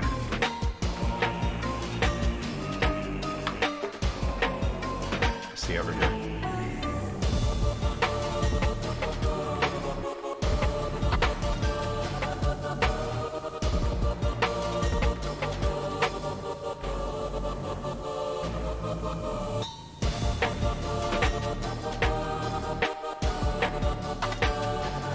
Yeah, but once I learned how to make them glow like that, it wasn't so bad.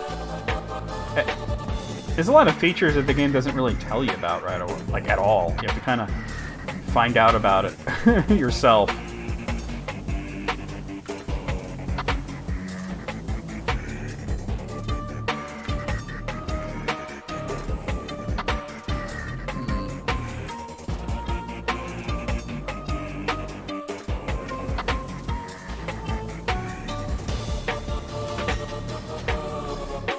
I certainly wouldn't expect the last level to be easy and cut and dry, right?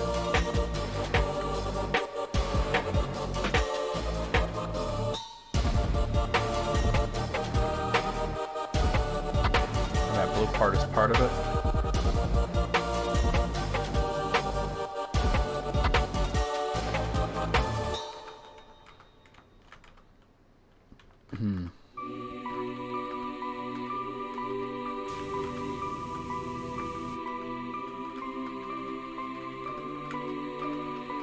Oh, right there. Alright. So it's just this blue one then, right? No, that's the same part. So wait, what else is anything else glowing? Come on. Let me check this side. It says there's one more palace pyramid wall that is not clean. Oh, it's this one. I'm literally looking right at it. And there's dirt all over the place.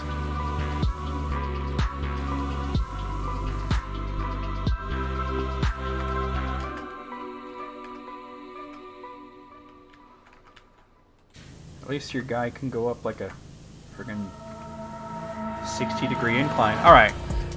The pyramid and gem is apparently completely dry. I don't know where a pyramid and gem would be. Maybe at the very top? Because it's not even... It's got a dash, which means I haven't even touched it with water. So I don't know what a pyramid and gem is.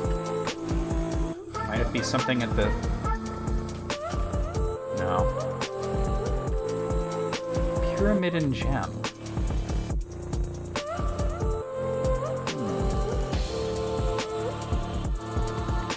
You know, before I get too worked up about that, let's get the last thing on here, the rear entrance wall trims, which is the other side. Pyramid and gem.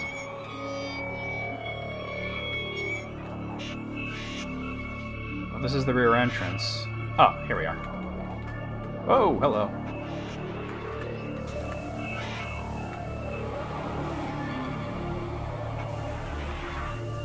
You don't think so? What? Oh, okay, that's it. So just pyramid and gem.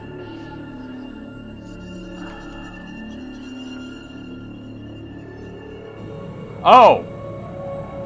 It doesn't appear until you've cleaned everything else.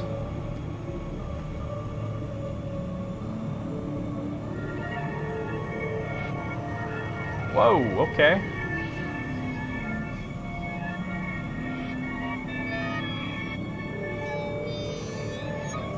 Is it just going to be flying around, or...? Oh, it's vanished now. So the gem only appears at the very end.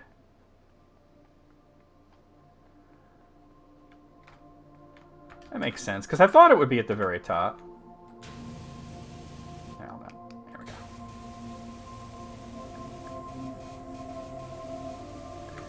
thought pyramidon meant top of the pyramid, right? Look how the gem appears and is dirty.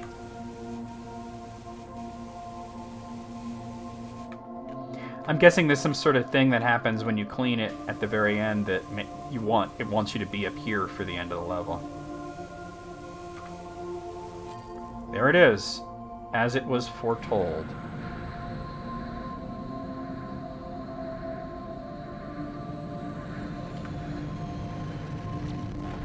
Whoa.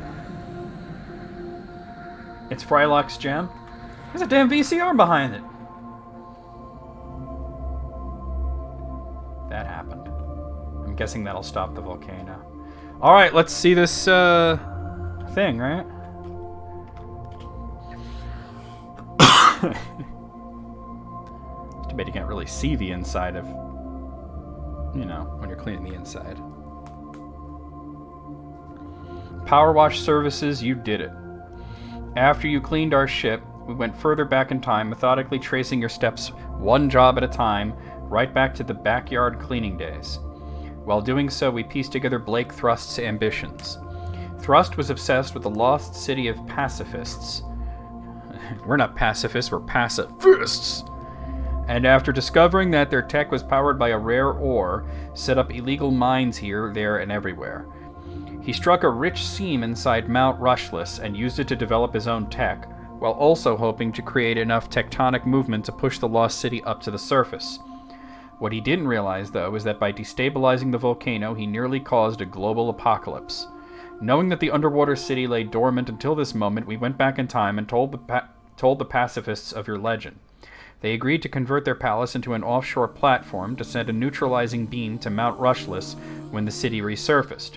We dirtied the place up to ensure it would only be active once completely cleaned by a skilled power washer. Thanks to you, the timeline is now restored and we can return to our time as heroes. Heroes with red velvet cake. P.S. Please feel free to use this message as a customer review if you think it would help your business. Imagine putting that on your website. I prevented the apocalypse with my power washer. And I got an achievement in there. Let's see. Oh, this is all different now. I just want to see the achievements. Here we are. As it was foretold for completing career mode. Cool shit. Where's my water? Oh, there it is. I don't even know what happens. Oh, it shows time lapses of all the jobs? Dope.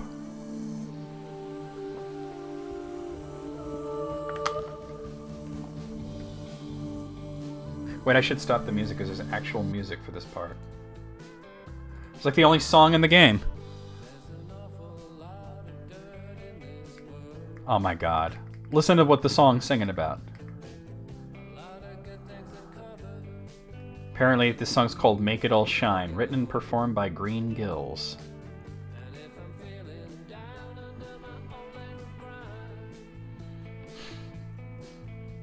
Must be somebody the developers knew, or maybe one of the developers.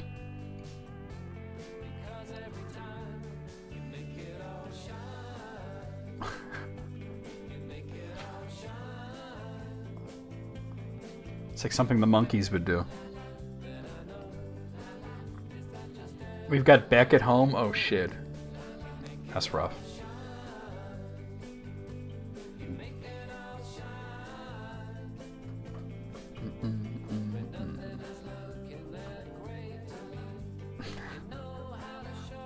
The fuck, indeed.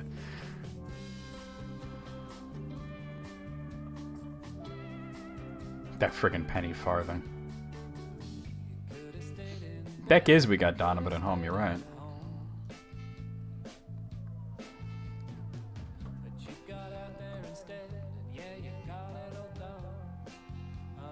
Mm.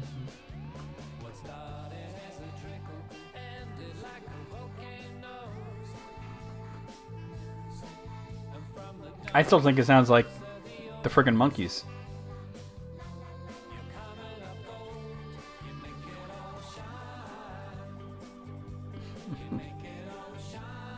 Hey.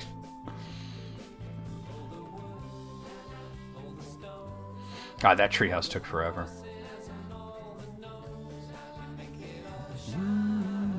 Or the Talking Heads, I can see that.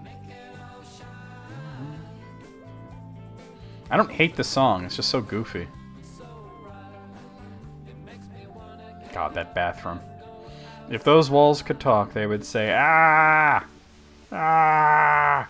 Ah!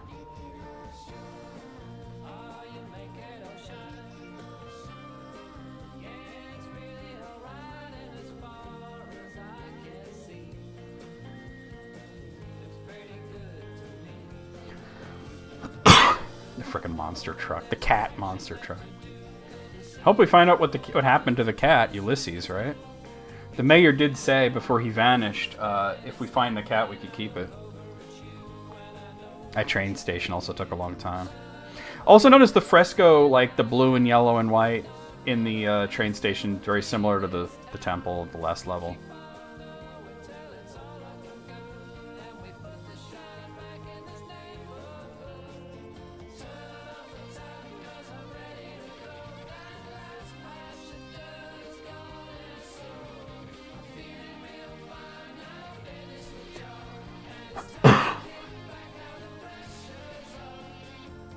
Oh, the pelican.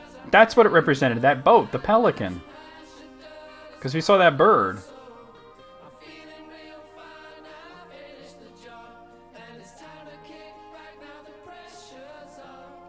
Phil Rogers.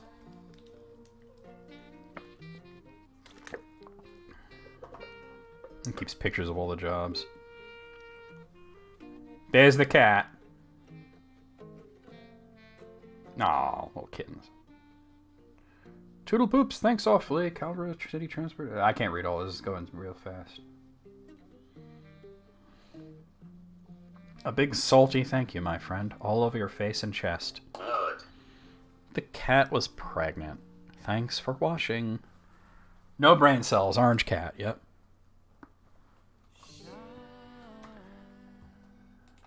Shine. Alright, that was a lot of fun, but we are not done. We have DLC to play. Let me fire up some Tomb Raider music, because we're going to play the Tomb Raider DLC.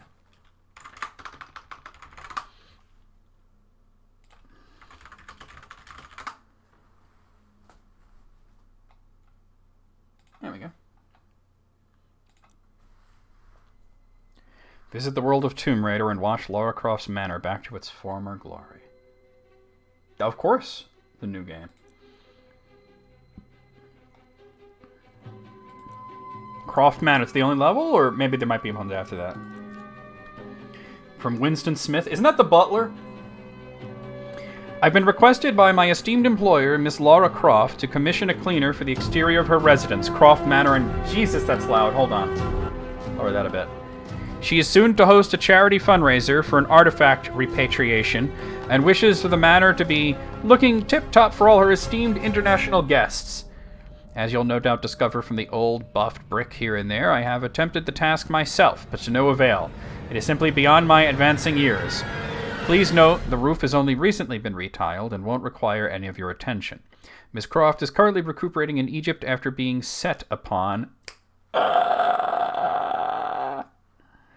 But we'll be back soon to give your handiwork the once-over. There's 6 maps? Wow, that's cool. Alright. I heard the SpongeBob one's gonna have 6 maps and like 10 achievements. Yeah. Well, we don't have to do the roof.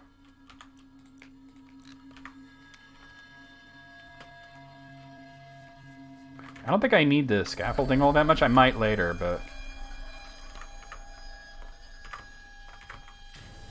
Well, maybe it's taller than I thought. Ah. I trust you have everything you need to begin work. I'll be sure to furnish you with tea and biscuits just as soon as I escape a minor predicament. Are you in the fridge? Are you locked in the refrigerator, Smith? It's nothing to worry about, by the way. He's totally in the fridge.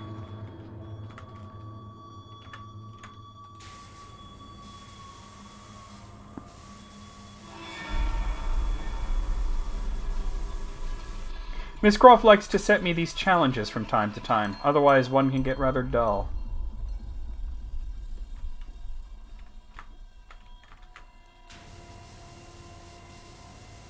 He's totally locked in the frickin' fridge.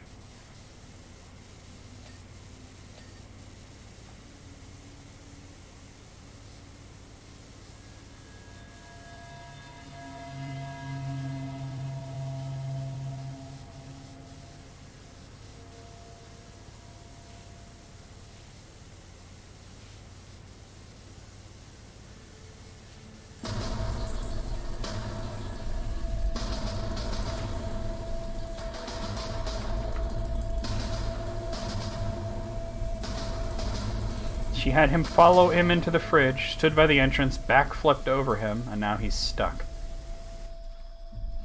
Oh.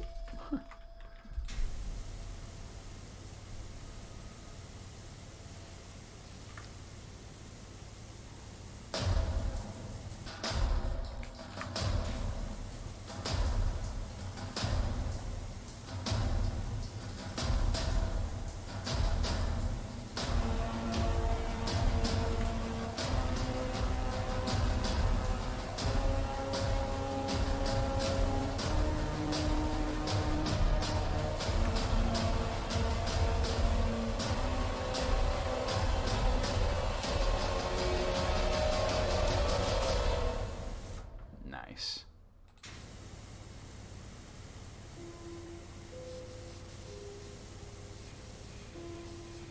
I've never played these new Tomb Raider games. I ought to do that one day. At least do the first one and see what I think of it, right?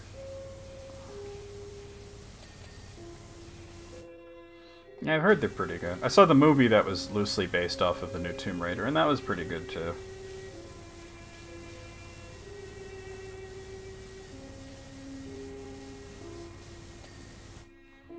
People were big mad that she didn't have huge boobs, but whatever.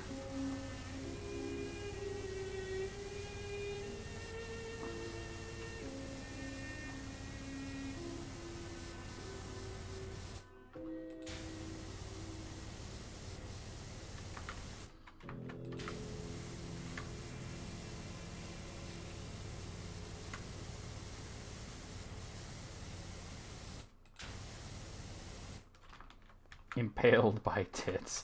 Well, I meant the movie because it was Alicia Vikander, you know, and she's slim, and she didn't have a huge bust, and it's like, it's so silly. I remember one YouTube chud screaming about how that having huge knockers is an important part of Lara Croft's character, and I'm like, dude, just admit you just like huge knockers. That's fine. There's nothing wrong with that. But don't try to make it into this whole thing where it's a part of the story.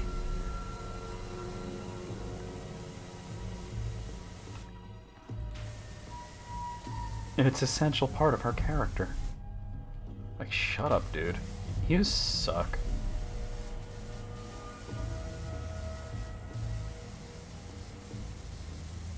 I wonder why they didn't want you doing the roof in this level.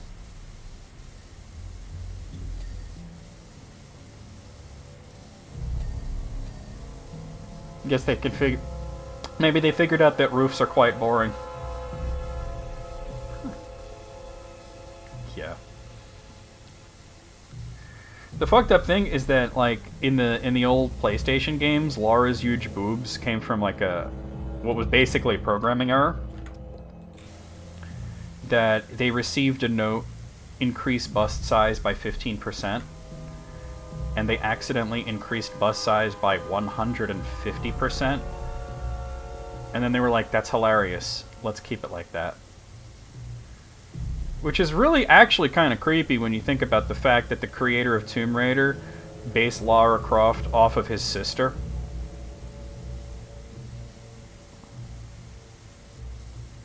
It's not the worst thing I've heard, but it's pretty bad, you know?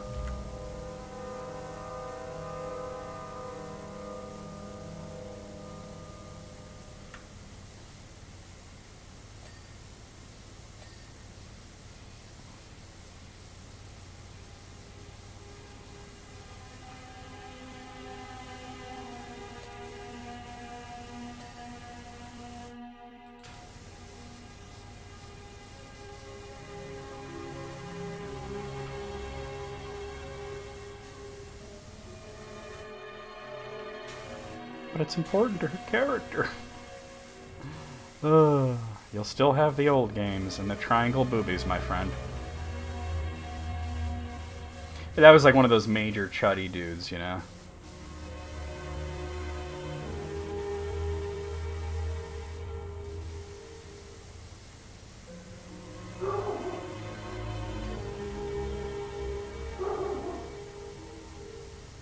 Kind of like that one dude that I saw on YouTube who was bitching about Mortal Kombat 11 and how, like, it was tyranny and censorship because the women weren't basically in lingerie like they were in Mortal Kombat 9. And I'm just like, that's not censorship, that's self-editing. You knob. Nobody told them to stop having the skimpy outfits. They did that because they were embarrassed by it. Like, you could play Dead or Alive. That's still a thing. Let's be honest. You could also play Street Fighter.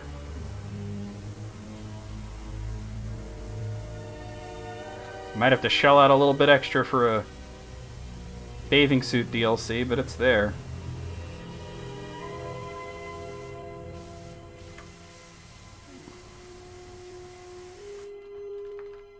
Shoo!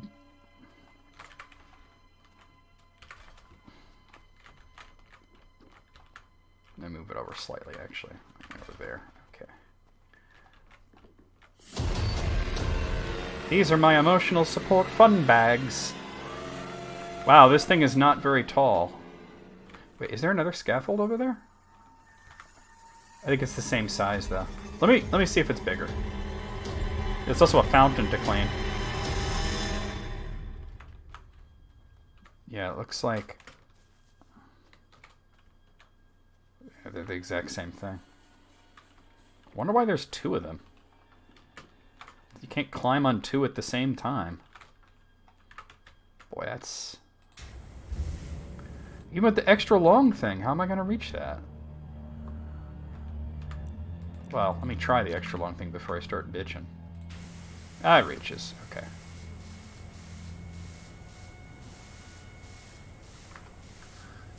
It reaches just fine.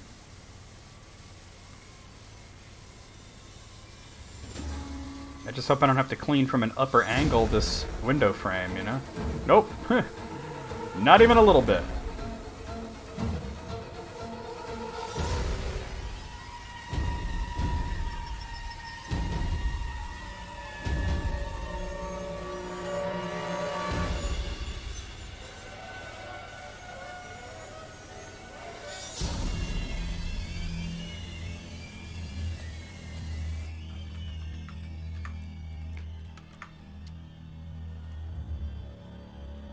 Oh, is that what you were watching? Because you said you were showing something else. Very cool. That's a good movie.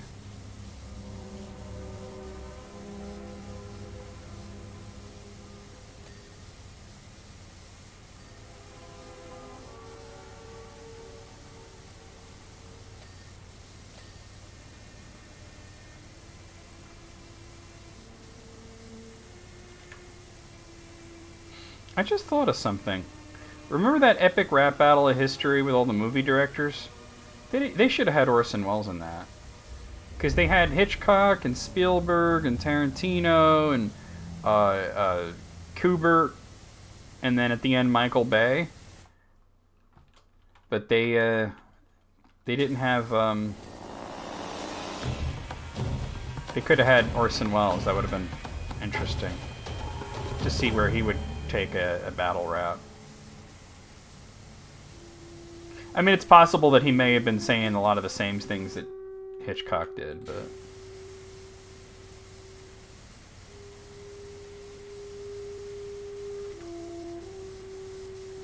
Yeah, this song sounds like something out of Star Wars.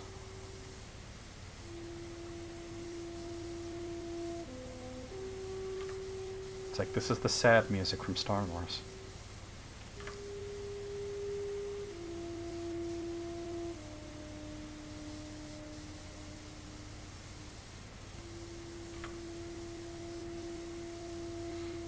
Well, you'd want them to basically represent, you know, him as a whole, I guess. Whole.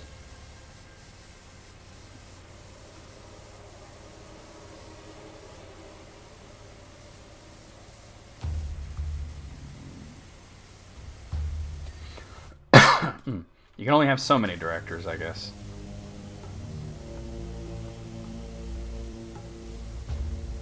When he says to Spielberg, half your billions should go to John Williams. Got him!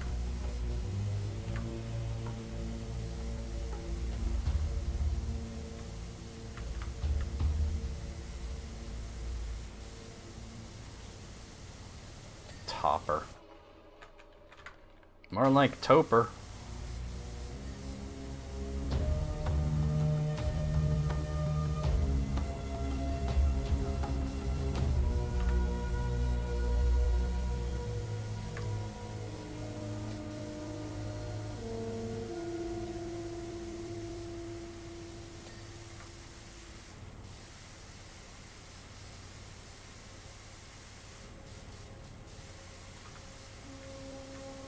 Oh, damn stairs.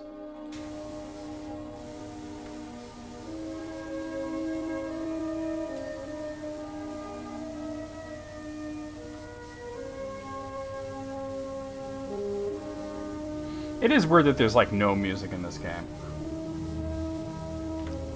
Oh, absolutely. But then again, they basically did all those same fat jokes about Alfred Hitchcock, so I guess it would have been sort of redundant to include him.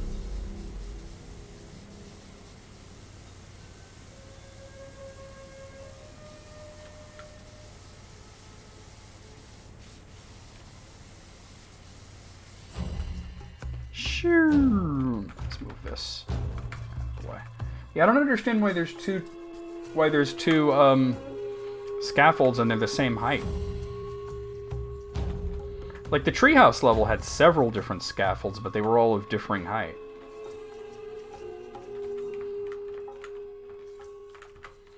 Yeah. Fudge. Yeah, I'm sure that stepladder is going to be very, very important.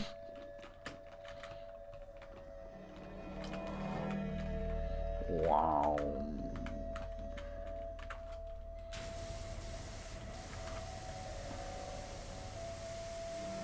Wow. I think I need the Long Johnson.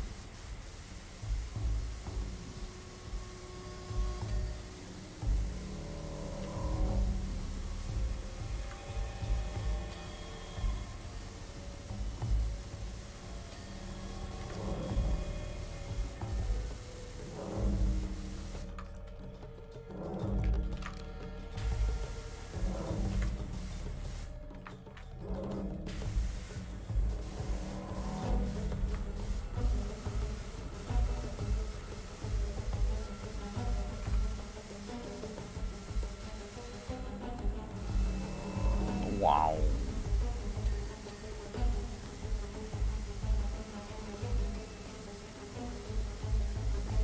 This is a big ass level. And this was free DLC, right? Tomb Raider and Final Fantasy, I think, were both free.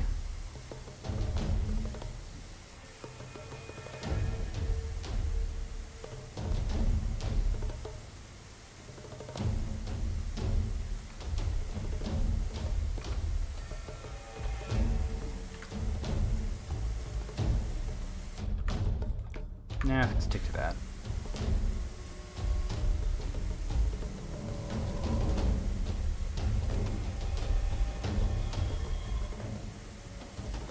Stick to that. Don't look at this. Ugh.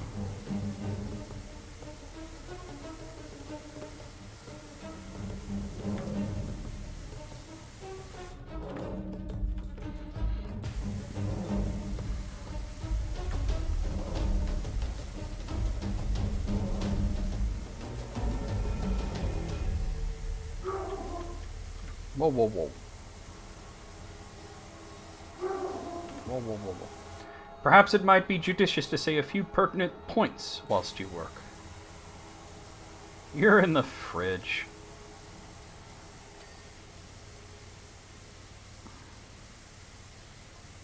Miss Croft is quite an extraordinary woman.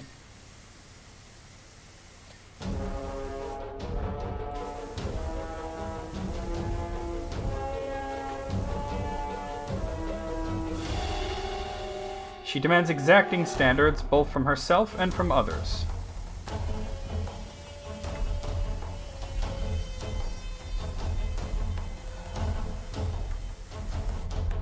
I'll move this over a bit. I'm assuming for the SpongeBob, if you excel, you'll meet with her generous side. That the SpongeBob is going to be quite expansive, 6 levels. If not, well, Miss Croft has an extensive and colorful vocabulary. She'll curse your ass out.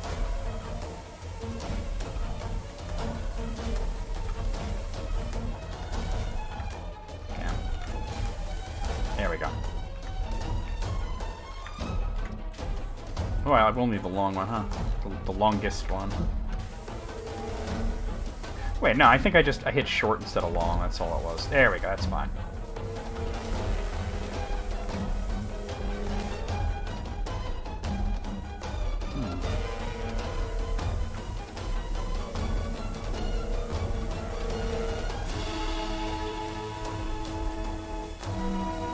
She, like... British cursing is, like, wild, though, right? They're like, do shut up.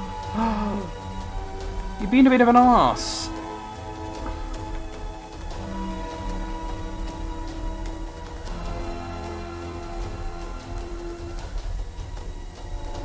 You tosser. You wanker. You tosspot.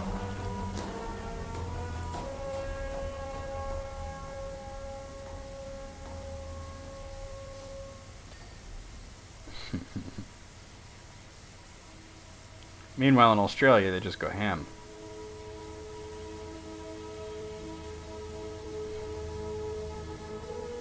They don't give a fuck. Real honey badger mentality. Alright.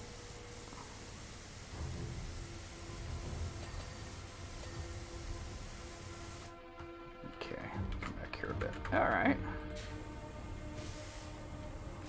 Really? Get a little closer, I guess.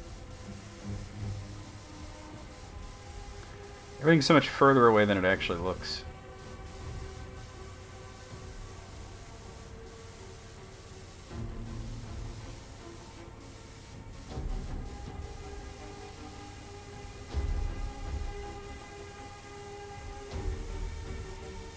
Hey now.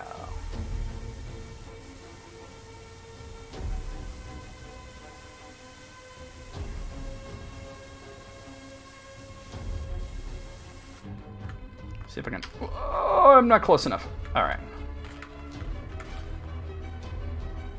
So I need to come at that from a different angle. Whoa.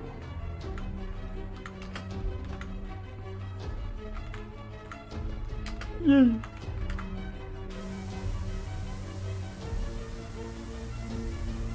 There we go. Do I have to do that on this side at all? Whoa, hello. Okay, falling down. I think not, but...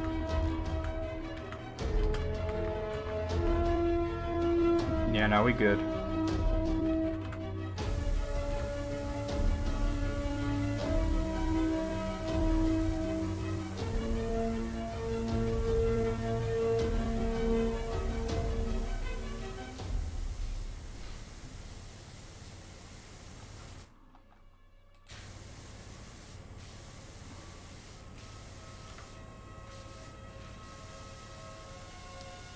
Nice. You know what I had someone tell me today, Alice? You'll appreciate this. Actually, let me just bring it up. Because if you remember, there was that question I got on Quora that was... Didn't I say I was going to use the upgrades for the DLC? That was before I saw the size of this house. I mean, we're only at 25% here. I still think soap is cheating, though. But anyway, so I'd gotten that, you know, and I answered a bunch of questions about myself and whatnot. And this one dude said, listen to this. I just brought it up. Bro, I'm almost physically devastated that one of your chosen games isn't Lord of the Rings Online. I guess he followed the link to my Twitch channel or whatever. And I was just, I explained it, like, yeah, I don't really like online games. And I had a whole thing about Tolkien games specifically, because of that fucking Super Nintendo game, but... yeah, I just never was into online games, you know? I mean, I could totally just switch to this. Yeah, you know what? It goes almost as fast. It goes almost as fast. If you want me to use this, I'll use it.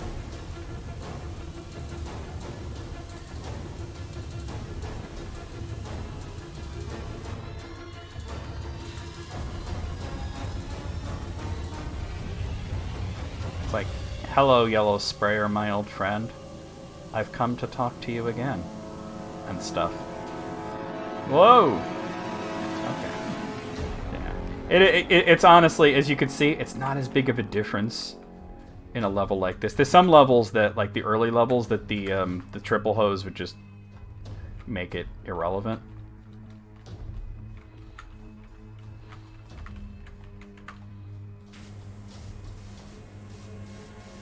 But a level like this, it's not as big of a difference as you might presume.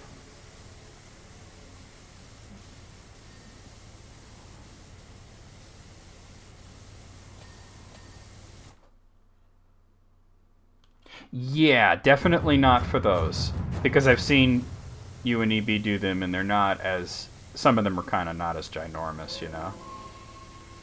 They tend to be more intricate than big.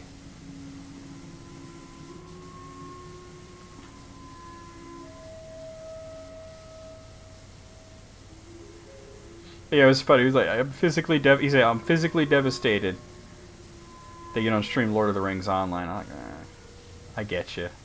I'm definitely gonna stream more Tolkien games, because we did Super Nintendo Lord of the Rings, which was bad, but we did it, and we did The Hobbit. I definitely would like to do Fellowship of the Ring for PS2. I've never played it. I've heard it's pretty good, similar to the Hobbit game, in the sense that it follows the book, not the movie. Of course, we got a bunch of Wednesday stuff to get through anyway. We got to do this, finish this, and do Final Fantasy Crisis Core.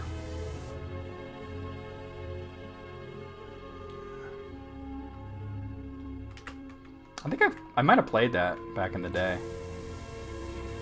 Well, you know, I think the guy might have been, you know, hyperbolizing a bit with being physically devastated and all that, but yeah, it's certainly not a matter of having anything against Lord of the Rings online, it's just online games in general. It's just not my thing. Oh, it's over here. Duh.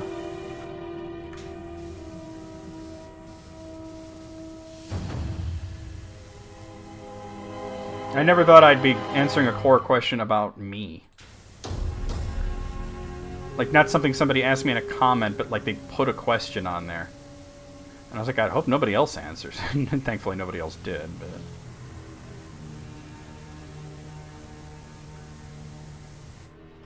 And you can smoke Frodo. That's funny.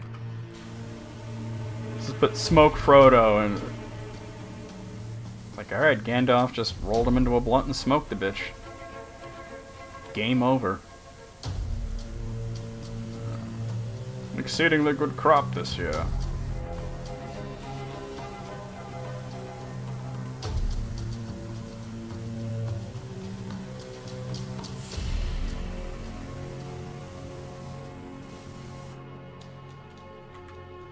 Eat pillow. Yuck.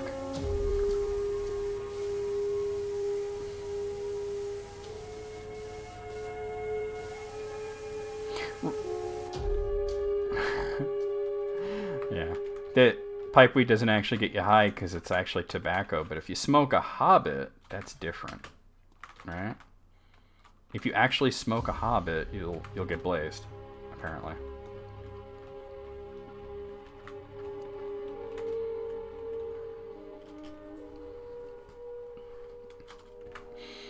Could get wonky. They didn't. Could get wonky. They were wonky as hell.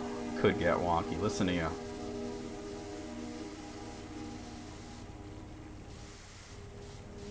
Mount. But we'll say it could get wonky.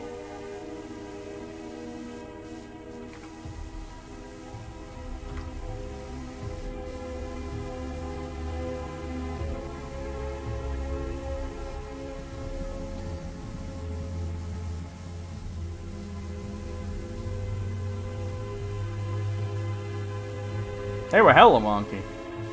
The only sort of, like, text adventure game that I remember playing as a kid was, there was this, like, Mickey Mouse game where, like, Mickey Mouse was, like, an astronaut or something and traveled to different planets. I never finished it, though. It got kind of hard near the end.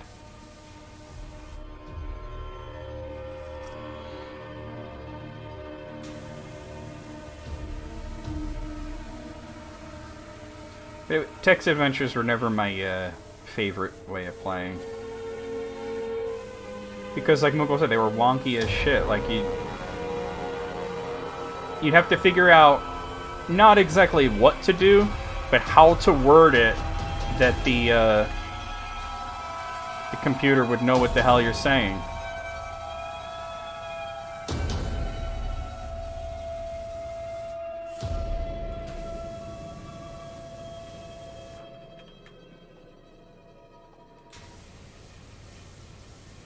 And that can get frustrating.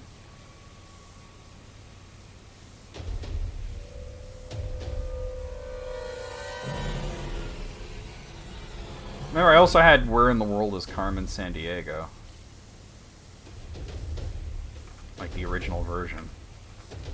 You know, the one that Pro Jared was mad about because he couldn't jerk off to it?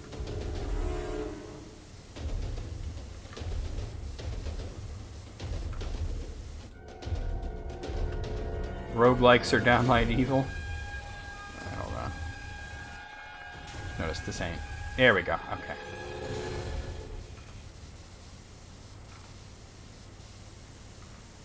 Can't really get up much higher than this. Alright, we got the side of that. I've just got to get the other side.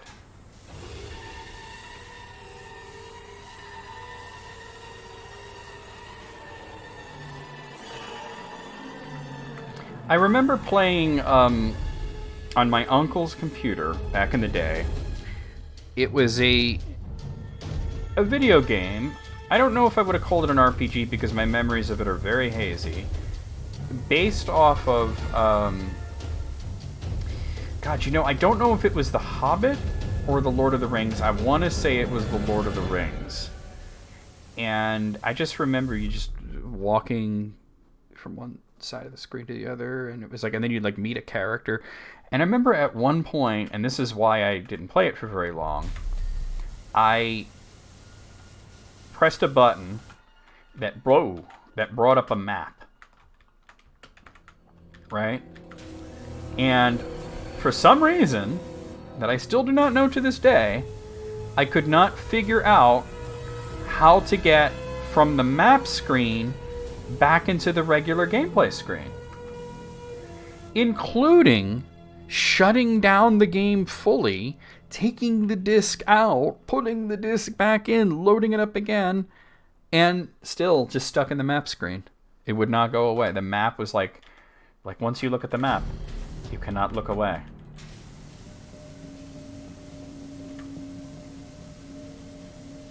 It certainly didn't have any movie footage that I remember, no.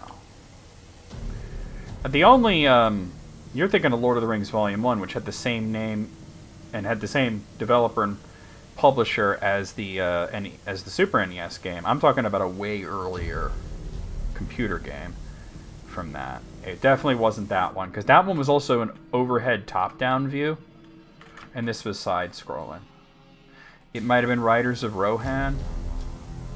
See, I remember playing as a hobbit, or at least telling a hobbit to continue to walk towards Rivendell. But, so I don't think it was that. But it was definitely like this side view of watching the characters walk across one screen and then walk across another screen. Sometimes you'd meet a character on the road, and then suddenly was in a map screen that I couldn't ever come out of. And I remember calling my uncle over and being like, I can't get out of this map screen. And he couldn't figure it out either.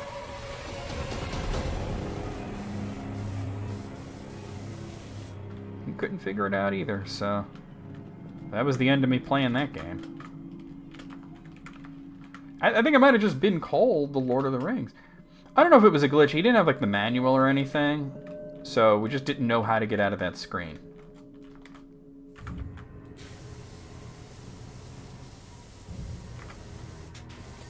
There we go. Oh, get up, get up. Okay. Little up, little down. Jump around. Like I said, it was a PC game. back in the day. It just seemed like we weren't getting good Tolkien games, you know what I mean? And then, like, getting the Super Nintendo game and having it just, like, suck total ass was... And especially that I bought that at fucking KB Toys or whatever the hell it was. Just seeing it was the Lord of the Rings, and that's the reason I bought it, was because it was the Lord of the Rings. And then just getting totally burned on it, like spending $60 on a game that wasn't even, like, kind of a little good. And I still played a lot because I wanted to finish it and because I wanted to wring some enjoyment out of it. And you guys know the first time I beat it was right here on stream. But that kind of put me off buying. Like, I learned my lesson about buying a game just because I liked the license. And that wasn't something that I would often do. It was just that one time.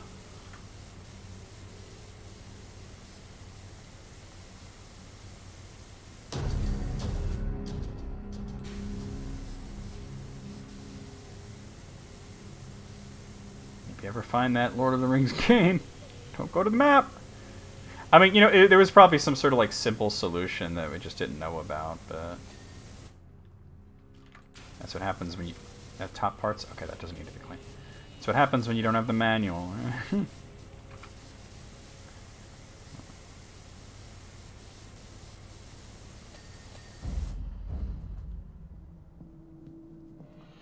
The reboot game for PlayStation? I heard that was alright.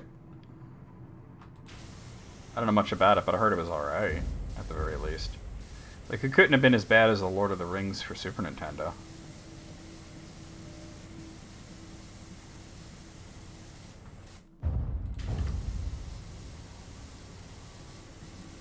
Like, there's a big difference there in terms of, you know, maybe a game being kind of confusing and a game just being poorly made. I mean, the Lord of the Rings on Super Nintendo was so poorly made that, if you remember when I was playing it on Twitch, I didn't even pick up Aragorn's final 2 weapons because they both would have overflown his attack power past 99 and then brought it down into, like, single digits and made the whole last part way harder. Which is probably a huge part of why I was never able to finish it as a kid, because I would have the best sword. You know, which I'm pretty sure was Enduril. Flame of the West.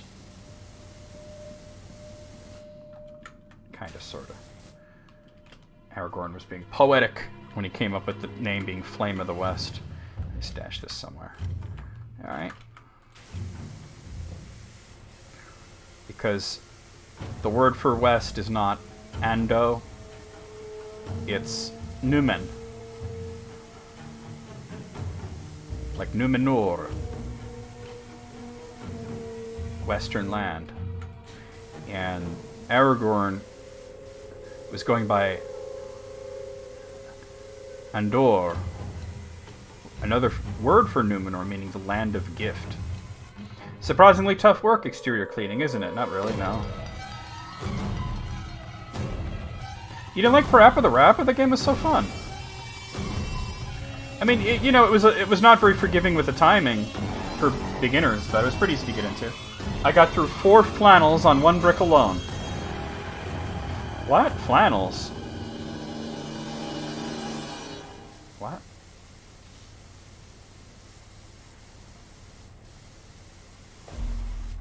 I expect you brought some high-fangled gizmo or other to speed up the process. Yeah, I'm a power washer. I brought a power washer. Yeah, like I said, if you're not accustomed to rhythm games, Parappa the Rapper can be very unforgiving at first. Especially if you ain't got no damn rhythm. But once you understand the timing, it's a lot of fun to play. Did you ever play the sequel or the spin-off or any of the other games? Are you talking about Herc's Adventures?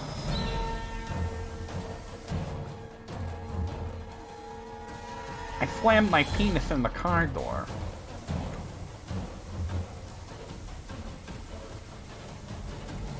Herc's Adventures was kind of a really good game.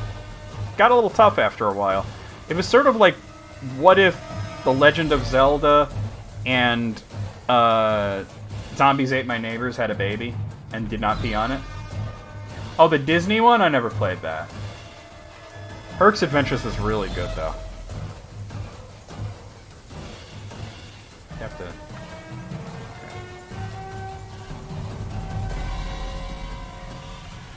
Slammed my penis in the car door. I'm gonna be thinking of that whenever Cartoon Club gets to the Looney Tunes show, because Daffy's such a cock. Oh, one of my favorite gags from the Looney Tunes show was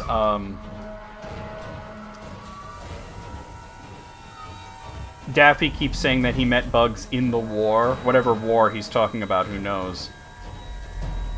And he kept saying, we met in the war, we met in the war, and eventually Bugs is like, why do you keep saying we met in the war? We met at the post office. And then it shows Bugs at the post office, and he's like mailing a letter. And Daffy comes up to him and he's like, hey bud, you got a stamp? And he's like way too close to him. Is he got a stamp? And he's like, and he gives him a stamp and he takes it and he... What else you got? That's Daffy in a nutshell, ain't it? What else you got? And then he just never went away.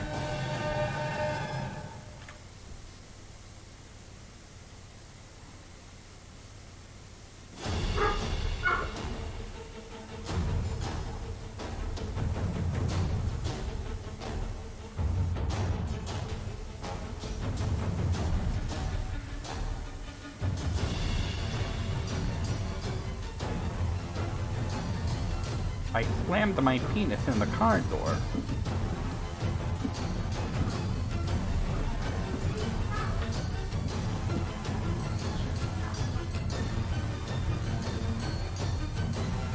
Somebody decided to make that. Right? Somebody sat there and said, yeah, you know what? That's going to be a video. I never played the Disney Hercules game. I definitely played Herc's Adventures a few times. It's a good game. It's like I said, it's sort of like what if Zelda had the gameplay from Zombies Ate My Neighbors.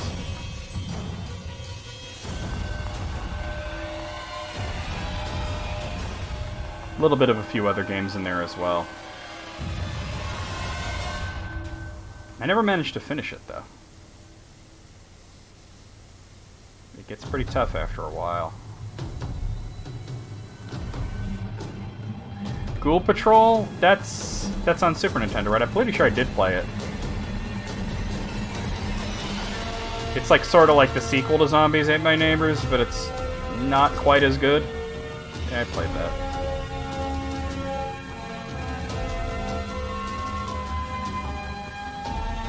That one felt like they understood what Zombies Ate My Neighbors was, but didn't understand what made it good.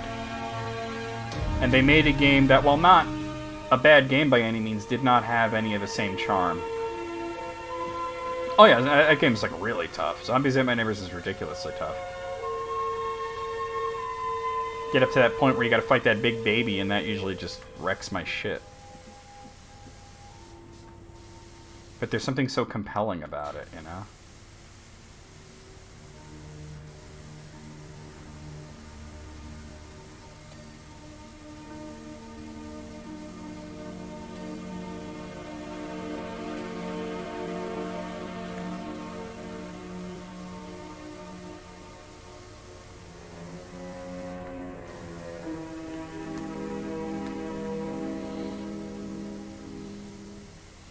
Oh yeah, the chainsaw guys who don't respect walls, they'll just break through them with the chainsaw.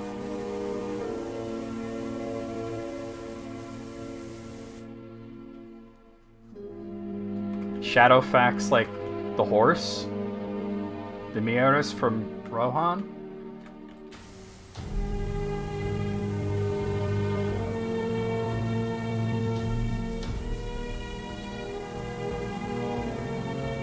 It's actually a game about shadow monsters sending faxes. Right?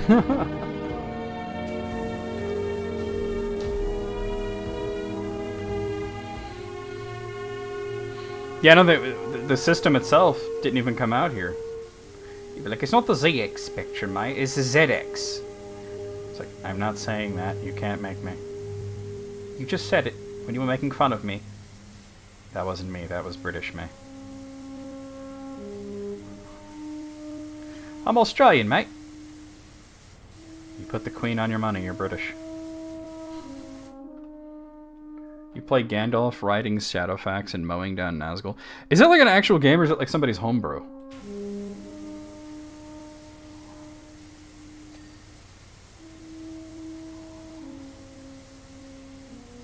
Because it totally sounds like somebody's homebrew. How about the fact that... Let's talk about this for a moment, right? The Gollum game comes out, it's really bad, whatever, right? And despite the negative reaction and reputation, the same developer has already announced and shown a trailer for their next Lord of the Rings game, and it looks like dog shit. Oh, it is unofficial, okay. Yeah, so it is like somebody's homebrew. I don't know if you all saw the trailer for this game. It's called like Return to Moria, and it's like a mining game with dwarves. And it just, it looks like it lacks that polish, right? It did? Huh. So I can call it ZX. I didn't know that.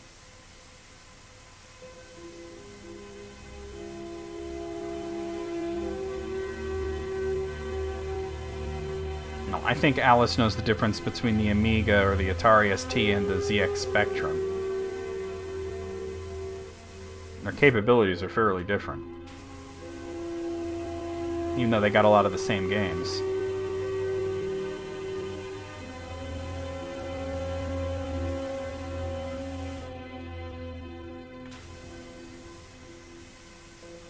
Oh, come on, man.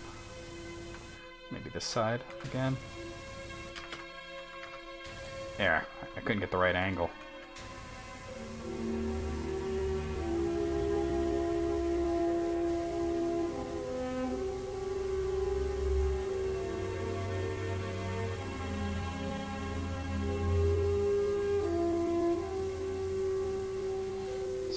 So we just made a game called Shadowfax and just Gandalf just wrecking a bunch of orcs. Oh, that's interesting. I thought that was strictly like a Europe, Canada thing, you know.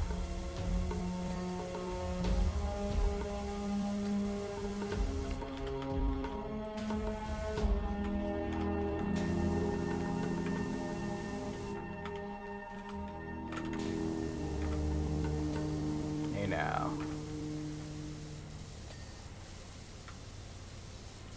Okay, cool. Wait, there was something over here that wasn't this. There we go. All right.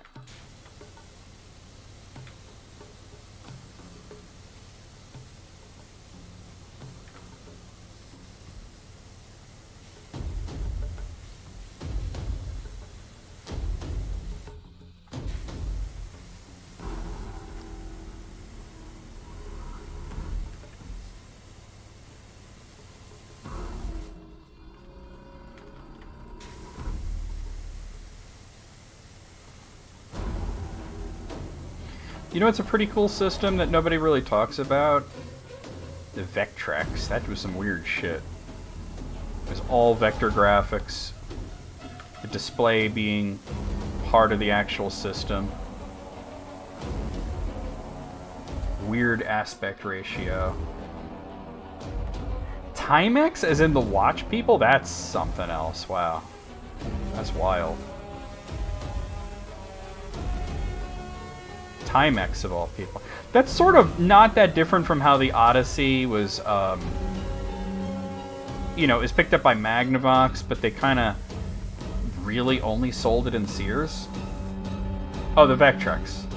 Oh, no, you're just mentioning it. Ignore me. Yeah, Vectrex is interesting. It's kind of cool that something like that existed. Or you bought a video game system that you didn't need a TV. Because it came with its own little TV with its weird Tate mode looking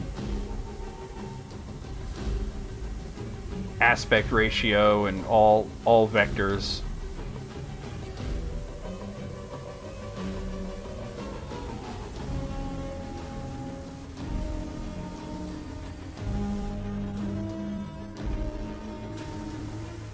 That is so weird. It's sort of like how Magnavox had this weird deal with Sears.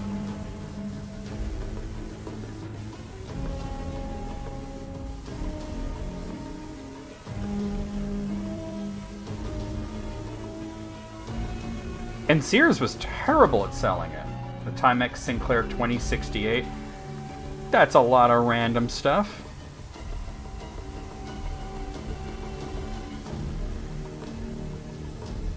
Like, just put a number in there. That makes it sound futuristic.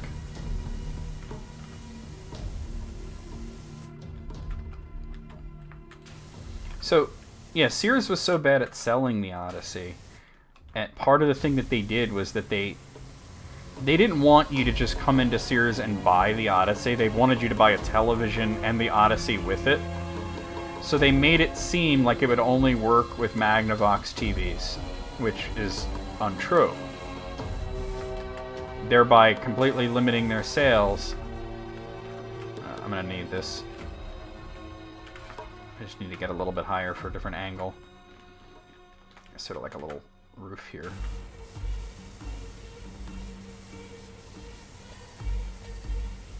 Hey now.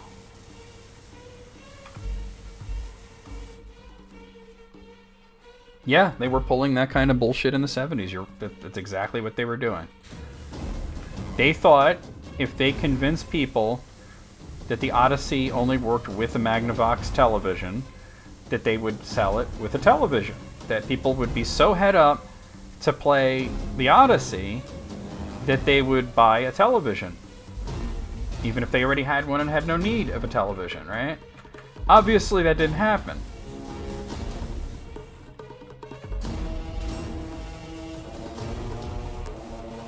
And that's part of the reason why it really didn't sell all that well.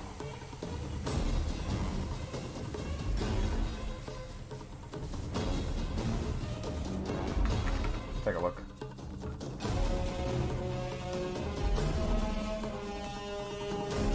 Oh, look at that. Look at that ugly mofo with all that wasted space. That's hideous. Hideous. It looks like a big ass calculator. You're right.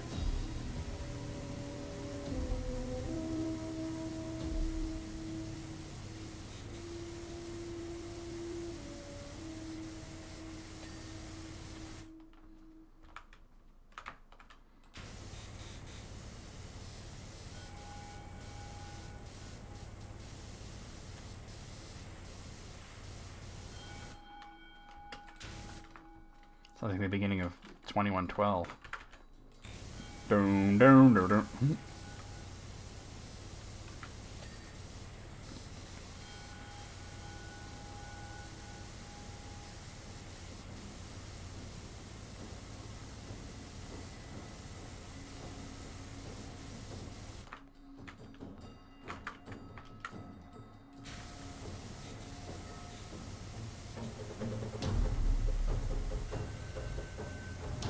Yeah, but they could have utilized it better.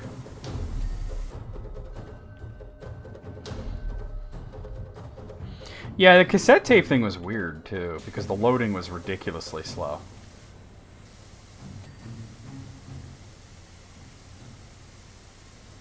The only advantage of cassettes over, like, floppy disks was that the cassettes were cheaper.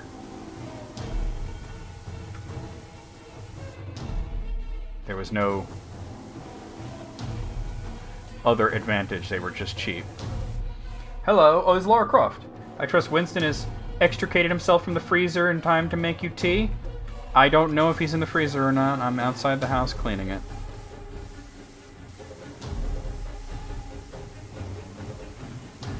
There are two things that always find their way out. The truth and Winston. So they made the whole thing that kids came up with back in the day of trapping Winston in the freezer. They made that canon.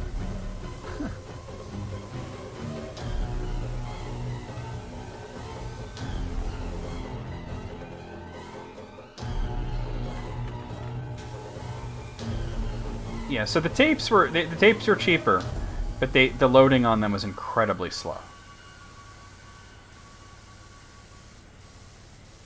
You know, even for the time, the loading was really bad.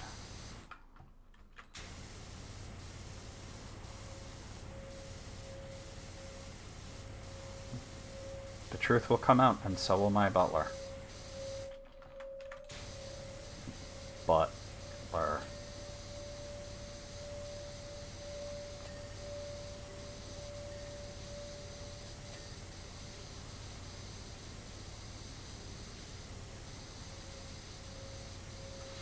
The first computer I remember having was something called a Laser 128. Laser with a Z. And it was called that because it had 128 of God's own kilobytes of RAM, right? Which was double the amount of the Commodore 64. This is all... The entrance archway isn't, but it's probably like over here.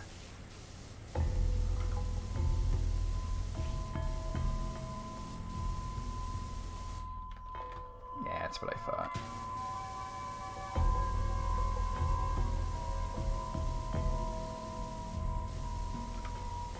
And the game that I remember playing on it more than anything was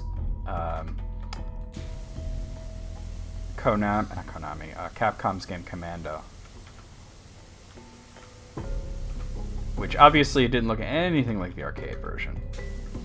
It was essentially the Apple II Commando. Yeah. Oh, Broderbund made a lot of the games that I played back as a kid. Didn't they publish Carmen Sandiego?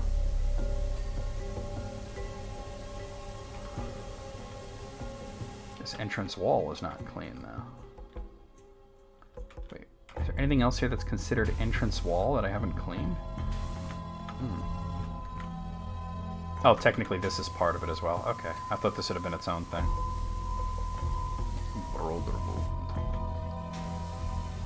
Yeah, I remember Commando. I also remember, this is so funny because I just remembered this and it's so goofy. My upstairs neighbor,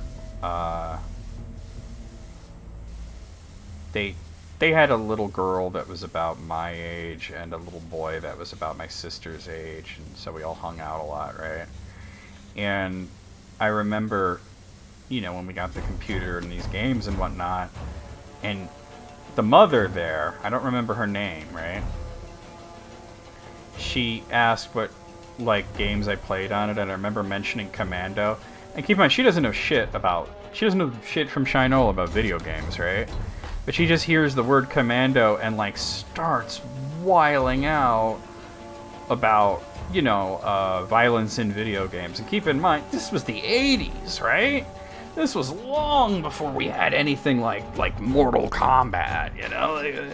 There wasn't video game controversies like that yet, right?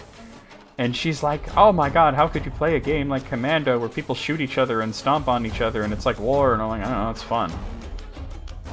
Yeah, this was quite a few years before Doom. She probably would have thought Doom was like satanic or something, right? And she just kept going, I don't understand how you could play such a game. I don't know, it's fun. So I just learned to just shut up about it at that point. And keep in mind, she had no idea what it entailed. Just from the name Commando, she was freaking out. Like, kids don't play at war all the time, right? And I get that now, you know, and I'm older. I kind of get that why you'd be maybe a little bit uncomfortable. I mean, look at kids right now. They're obsessed with Five Nights at Freddy's and Fortnite and all this stuff, right? But, you know, I don't know. Remember when... I was just thinking about this the other day. Y'all remember when one of EB's friends from the doll server had this little girl that was streaming on Twitch. She was way too young to be streaming on Twitch. I think she was only like 11 years old. And she had a webcam and everything, which was horrifying. Horrifying that this was allowed to happen. And obviously, it's not only breaking the Twitch terms of service, but federal law. You were there for it, I remember that, Moogle. By having her have an account and streaming, right? And not only that, but she was streaming fucking Yondir Sim, which is just a horrible piece of shit game made by a horrible piece of shit guy. You know? And it's on Twitch's ban list. It's one of the few games that's on there that's not like porn, right? It's specifically banned despite not being, you know, like pornographic. And it's just really, it's just fucked up, right? So, where was I going with this? What's it banned for? Probably just for just being fucked up. It's you know.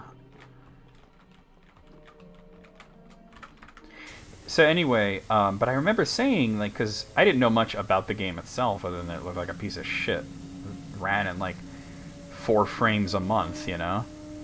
But, I need to get to the other side of that. Hold on. But, EB was telling me more about the game, and I remember saying, you know, when I was a kid, they were convinced that Mortal Kombat was going to warp our minds. Not only that, but promoting bullying, too, I think was a big part of it. They thought that Mortal Kombat was going to warp our... Now, looking back, right, Mortal Kombat's quaint, right? Just a bunch of superheroes and ninjas doing karate at each other and, like, punching each other's brains out of their skulls, right? By today's standards, it's quaint. It's this anime murder shit, right? Where you're bullying your rivals... your romantic rivals in some anime high school setting. That's what's really fucking with kids, right? It's just messed up.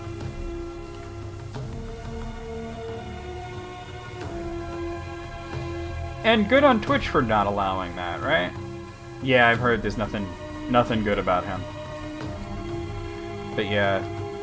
So for anybody watching who wondered how that story ended, while EB was trying to get a hold of the girl's mother and wondering whether it was the right thing to do to report the account, I went ahead and reported the account. And then EB did as well, and a bunch of other people did, like Kitty and Dumbass, and I think Alice as well. And you know, she got banned off of Twitch by the morning. God. Even more self-aggrandizing. Wow. That's a choice, right? To be like that. So anyway, yeah. And then the weird thing, and this is why I thought of it again, because the mother was upset because we reported her and she got banned. And she was like, and we were like, you know, 11-year-olds aren't allowed to have Twitch accounts. And she's like, well, she had my permission. It's like, but that's not relevant. That's not... It doesn't matter. She's not allowed, not only by the terms of service, but by federal law. And it's not picking on your daughter. It's because the reason that children under the age of 13 are not allowed to have accounts on sites like Twitch is because of the way that Twitch collects information. And they're not allowed to collect that kind of information about anyone under the age of 13. So unless they come up with like a separate app that's like a Twitch Kids thing, you know, and even then, allowing children that young to stream with the webcam, terrible idea. One of the worst ideas I've ever heard. And yeah, that I was going to get into that as well, for her own safety, right? She's a little girl. You don't know what kind of weirdos are going to come by, you know, and then she's on a camera. It's not good. Not good at all. Well, that looks like that's pretty much, if not all, then most of the actual manor facade. We have this fountain, which doesn't look big until you get near it. Fountains are always bigger than you think. What is this? The frickin' fountain of the dopefish? Oh yeah, there's nothing good about a little girl, you know, streaming on Twitch with a webcam after midnight. It was really late, right? I remember that was the other thing. I was like, why isn't she in bed? Because she snuck on after her mother went to bed. And I don't think the kid learned anything, right? Because, like, eventually the mother looked at her phone, like, must have woken up and looked at her phone, saw EB's messages, ran in there saying, don't get off that game, it's illegal. Not illegal, really, but her being on was illegal, but then it's banned from Twitch. And, I remember, like, she shut off the game and then said to her, you know, her audience there, I'll stream it on YouTube. I'm not a moralizing person either, but you know, when it comes to the safety of children, parents always think that their kids are, like, relatively safe. And most of the times they are. Most of the times they are. But sometimes there's dangers that they don't know about. And really, in a perfect world, they shouldn't have to know about it. Right?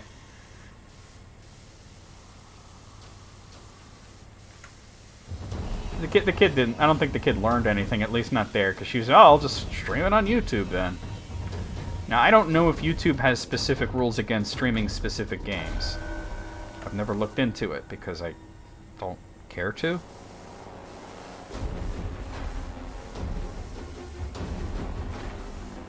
But, yeah.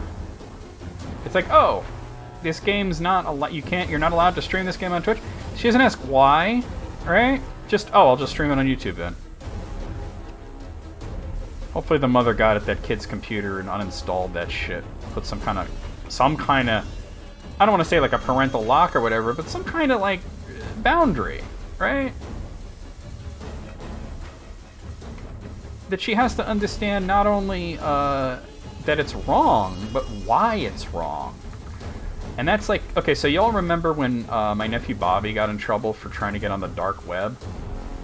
Now, he didn't know what the damn dark web was, right? He didn't really know much about it. And I gotta say that the person who kind of facilitated that was like my mom. Because he heard about it in some YouTube video, he didn't know what it was, and he asked. Like all kids do, they get curious and they ask. So he asked, what's the dark web? And my mother was sort of like, shut up and don't talk about that, right? And I even told her later, I said, you know, we realized that was the wrong thing to say. And she's like, well, what should I have said? I said, the truth. You tell them it's a part of the internet that is used mostly by criminals to do things that are illegal. It's mostly about buying drugs, buying and selling drugs, and that it's dangerous to visit, and it's very easy for your information to get stolen there. Because, you know, you hear horror stories about the dark web, but really it's just mostly just people buying and selling drugs, right? That's almost all of it right there, the dark web. Yeah. I mean, technically, a lot of people confuse the term dark web with the term deep web. Deep web is anything that's not indexed by a search engine. So it's a lot of databasing shit, broken websites, and just information that doesn't pertain to anything and isn't all that interesting. The dark web is the criminal underbelly, where they're buying and selling drugs.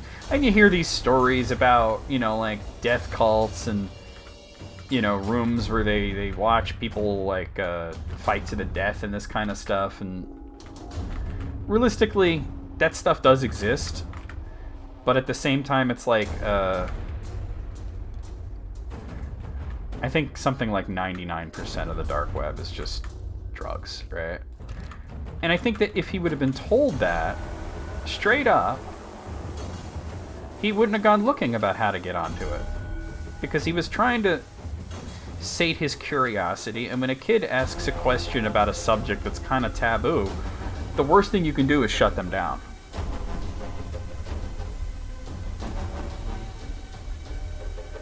Yeah, right? Well, you know, I know that there's a lot of... I've never been on there, right? But I've read a lot about it, right? And I know a lot of the things that, like, people think you can hire assassins on the dark web, right? And there's people on there advertising their services as assassins. That's on there, 100%. Are they actually assassins? Probably not. They're probably about 80% of them are probably scammers that are just going to take your Bitcoin, your money, and run, and you'll never hear from them again. And the other 20% are probably cops. You know what I mean? It's like, I don't know how a professional assassin would advertise. They probably wouldn't advertise at all, right? That's a business that I would assume would be mostly word of mouth. I'm gonna need to get up there. I wonder if I can jump onto it. No, it's too hot. Well, maybe if I kind of... oh. You think it's 50% feds? I would have honestly assumed mostly scammers. Oh, look at that. It's not what I was trying to get to, but glad I did. What I'm trying to get to is the very top of it, and oop, I fell. The scaffolding is not really tall enough for me to clean the top of this statue, but I might not have to.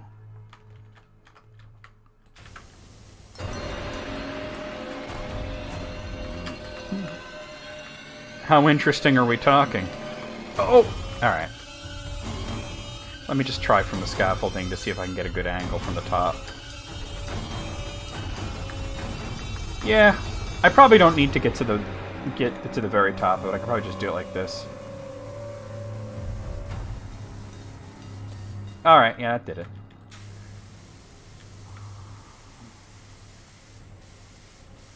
But yeah, when a kid hears about something mysterious, there's a mystique about it, and they ask their parents, or they ask their grandparents, or whoever, and they're shut down like that, you think that's gonna make them lose their curiosity? Oh, wait, man. He learned his lesson, though. It was unfortunate because my sister had to, like, change all her passwords and everything.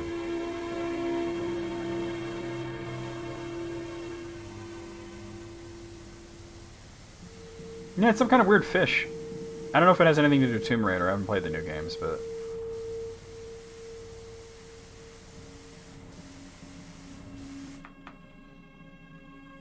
I called it the dope fish earlier. I mean, it's not the dope fish, but, yeah. References. So, okay, so as somebody who actually went on the dark web at one point, Alice, as you said, with proper protection and everything, what was the most interesting thing? Like you said, it's mostly banal-ass shit, which, yeah, makes sense, but what was the most interesting thing that you saw? You know, other than some guy selling hashish. That's it. Let me switch to this. Yeah.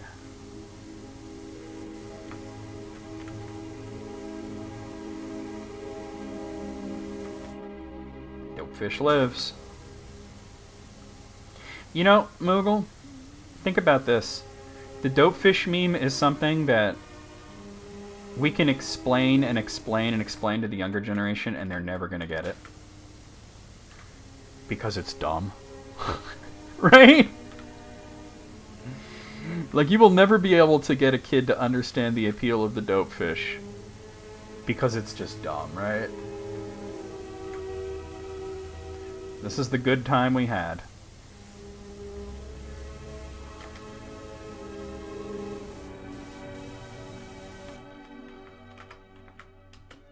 Oh, there's still...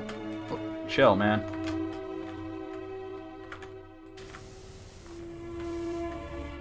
Someone was posting some research papers. Oh. Free knowledge. I like that aspect of it. Yo, now it sounds like Uncharted, which is tracks because, let's be real, Uncharted was basically like, what if Tomb Raider with a dude? Which tracks because Tomb Raider was like, what if Indiana Jones had tits?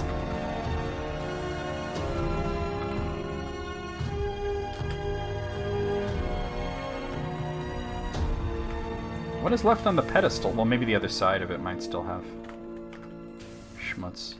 Oh yeah, look at all this. Okay.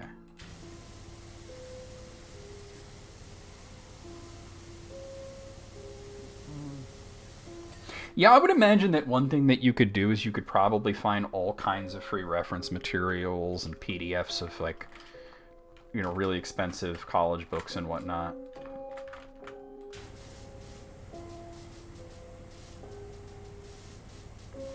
Pretty easily. But, I mean, you can find that stuff on Reddit, too, though, right? You can find it on Reddit.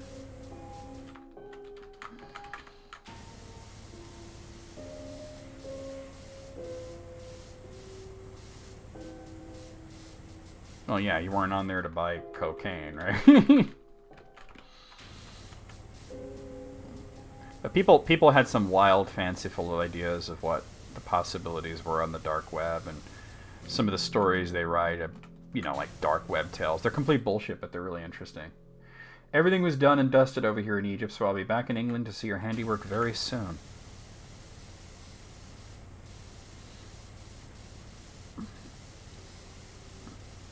This plinth is not clean. Probably the top of it, yeah. Hey, alright.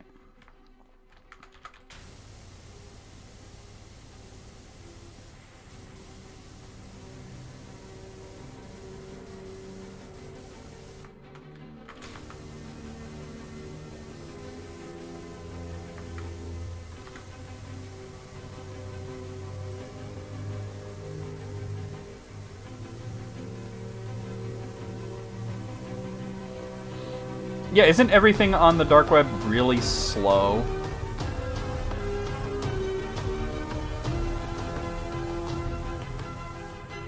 I've heard that everything is like... It's like going back to like 56K, which we were talking about earlier, go figure.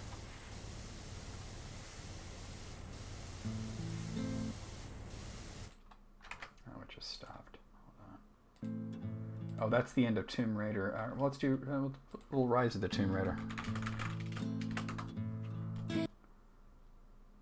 Here we are.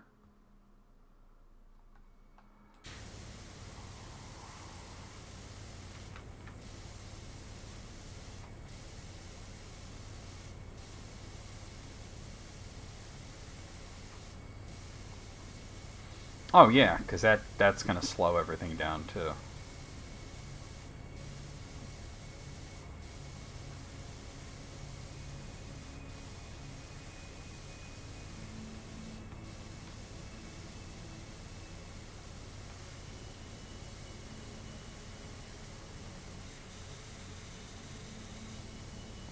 I'm surprised, you know, speaking of the dark web, I'm surprised there haven't been a lot of, like, horror films inspired by it. Like, there's been a few, but I'm surprised there haven't been a lot.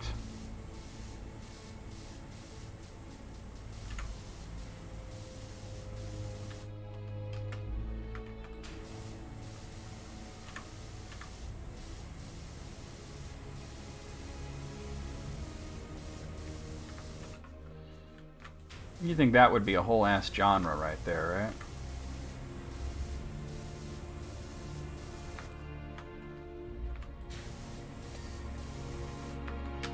Alright. 83%. The mystique just isn't there.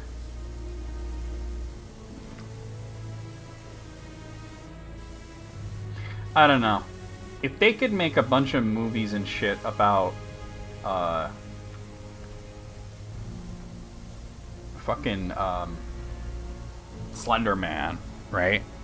Which started as a joke on a forum. Or goddamn Five Nights at Freddy's.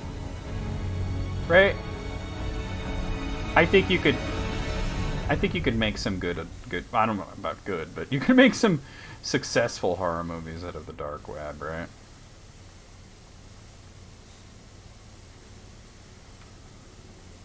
You could even put it as a cautionary tale, right? I mean, because let's be honest, how many horror movies are there that are basically rich, dumb, white kids fuck around and then find out? My first experience of even hearing about Five Nights at Freddy's was from June, who took a hard stance against the game early on, the first game, Nothing to do with the content of it, but just the fact that the game itself was shitty.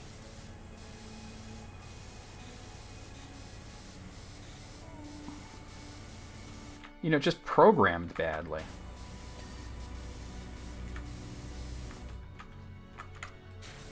It's not even good. Not even competently made. But the thing that strikes me the most when I think about it is how I think of how Dumbass would pretend to take a stand on it. And then not really, right?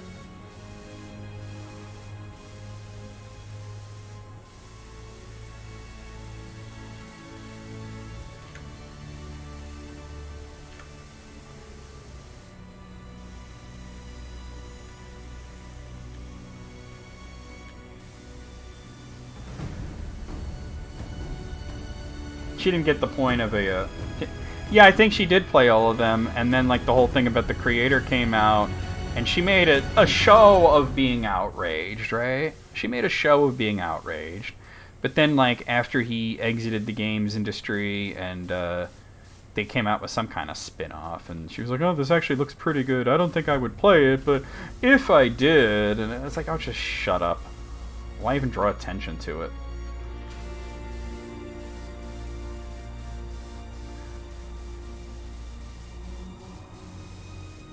Like, I wouldn't stream it, but...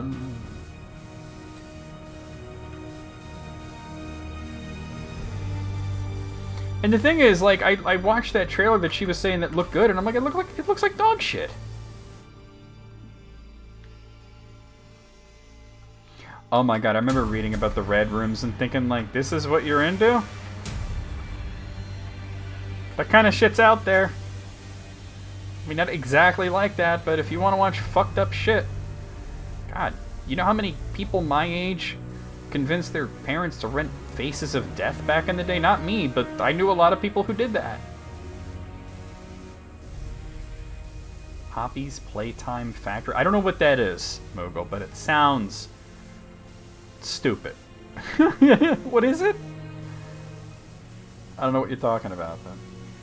It doesn't sound good, right? It sounds dumb. Is that a real thing, or... Hey, now. Let's get the inside of it and the floor here.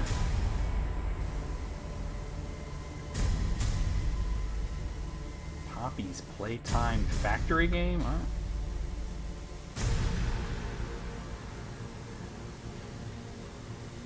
Is it literally called that? Or here, let me pop that into Google and see what comes up.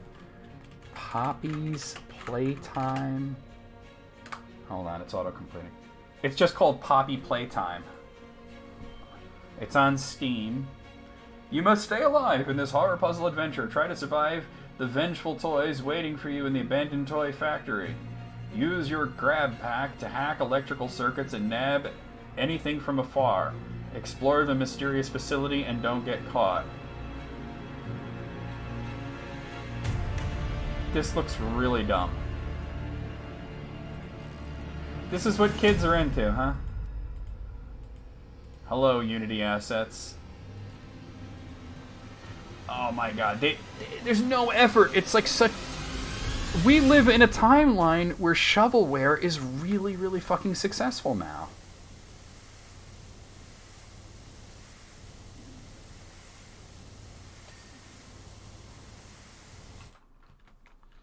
How super popular can it have been if we'd never heard of it?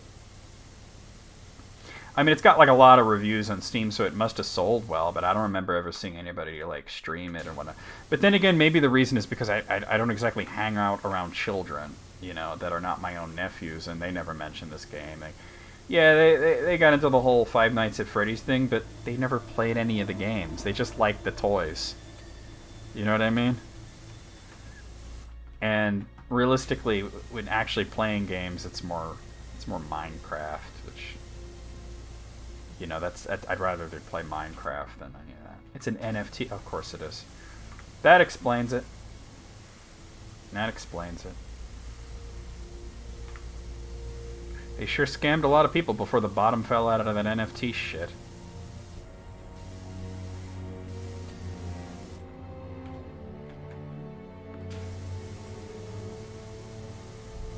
Yeah, well, you gotta understand, Moogle, honestly, I don't follow those, like, really big streamers because...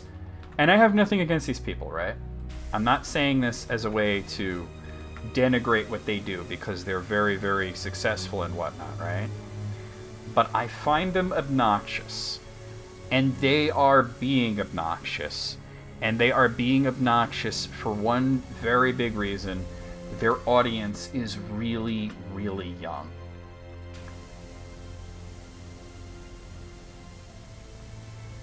And that sort of loud, fake exuberance and obnoxious qualities that we find incredibly cringy are very, very popular when you have an audience that's very, very young. They are catering to children 100%. And there's problems with that, right? I'm not saying that all of them are 100% automatically problematic, but it's not the kind of content that I am interested in. I'm an adult, you know? I'm 42 years old. I don't need to watch some dude who's 28 pretend to get scared by a fluffy bear jumping out at him. You know what I mean? So when a game's popularity is limited to some of the top streamers played it, it's probably because it's a game that's for children. Oh, PewDiePie's a huge knob, but that's neither here nor there. He's not even like a streamer, he's a YouTuber. You know? He might have streamed on YouTube or something, but his fame was from playing horror games, pretending to be scared. He's the one that made that kind of thing popular, you know? And at first, I didn't care about him. I had nothing against him. You know? He's doing what his very young audience demanded. When I found out about what a knob he is, that's a little different.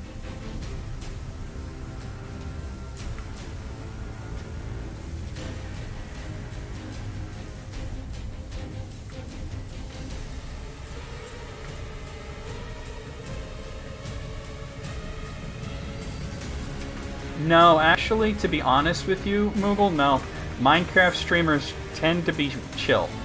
Because when you really think about it, Minecraft is a pretty relaxing game. There's not a lot of excitement going there unless they find something rare or they complete some sort of challenge. But from what I've seen of Minecraft streamers, it's a little more community focused. Yeah, you could always send it to me or to one of the mods if you I mean, you're a mod, honestly, but if you don't know where the line is with it, you could always send it to one of us. You know that.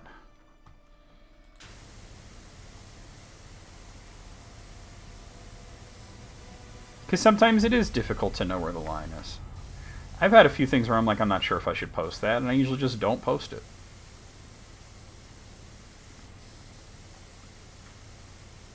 But, like I said, you could always ask 100%. Looks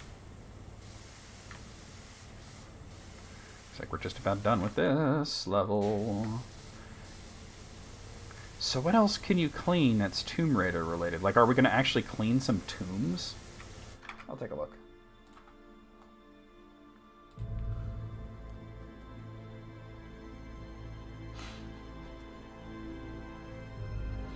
That's dumb as shit. I wouldn't post that simply because I don't think there's anything wrong with it, but I don't want to encourage that. You know what I mean? I don't want to encourage that.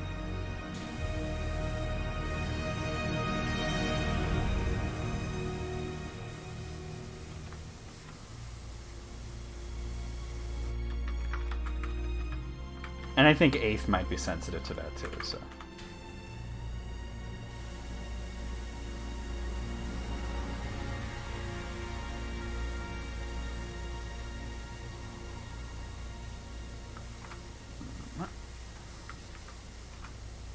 Well, he gave me a nose exhale. So.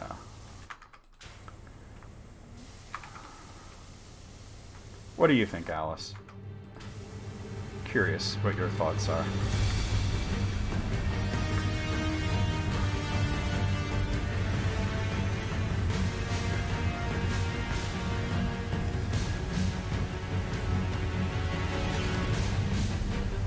Like, I know you're not gonna post it, but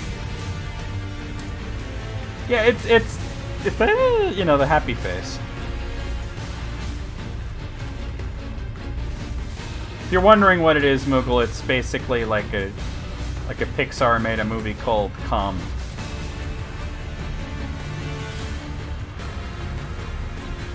This one outer wall is vexing me. Oh, there we go.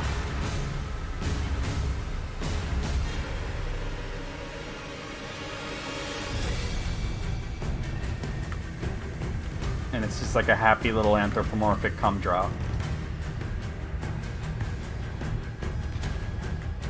You know, I was just thinking this sounded like something out of one of the Arkham games.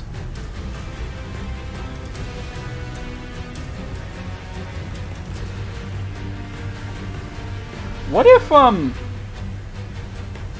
because they, you know, they sold, Square Enix sold, like, Tomb Raider and all those things, right? And I don't know who, I forget who bought it, but what if it wound up with WB Games? Can you imagine W Games who, you know, they published Mortal Kombat, they published all the Batman games and everything, and if they can get a good development team, somebody on the caliber of a NetherRealm Studios or Rocksteady to make a new Tomb Raider or a new Deus Ex.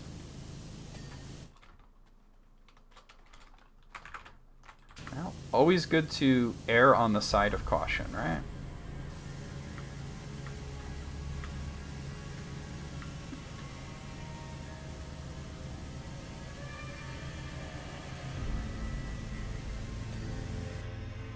Alright, what's left? One of the corbels isn't clean? I think those are those little knobs, like, right there. Yeah, those are corbels. So let's find which one's glowing. Yeah, in order to... Yeah, I'm not enthused about that. Oh, that's that one. It's probably... Yeah. There we go, okay. 4 corbel tables. What is a corbel table, though? I know what a corbel is, but not a corbel table. But apparently 4 of them are not clean. Oh, those. Okay. Got you. So starting from over here, let me go with the Oolong Johnson. Let's see something real quick. Yeah, okay.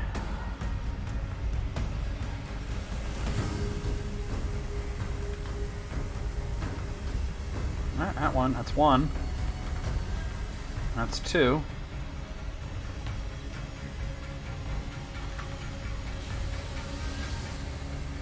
That's 3.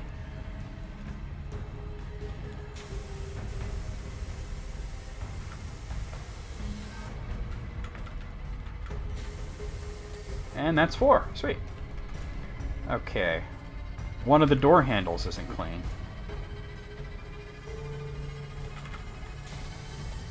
Boom. Alright. One of the gable turrets, of which there's only 2. I don't know what a gable turret is. Oh, I see. That one. Yeah. Alright, a raised floor. One of those. That's these, right? Oh, it's this one right here. I can even see the dirt right there. Let me switch to this. Okay. Hey, welcome back, AB. We did finish it. We got the cat at the end.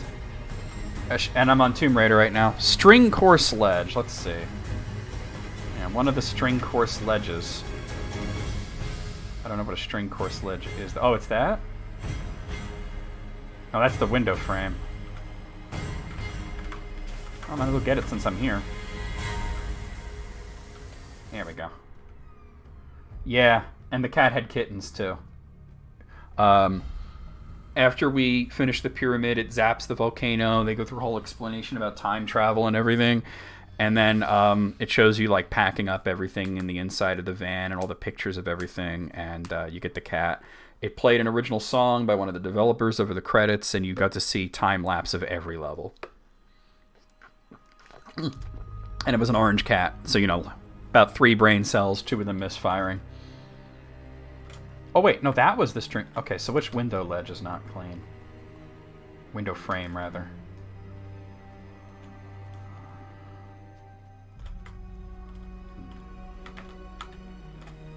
That one.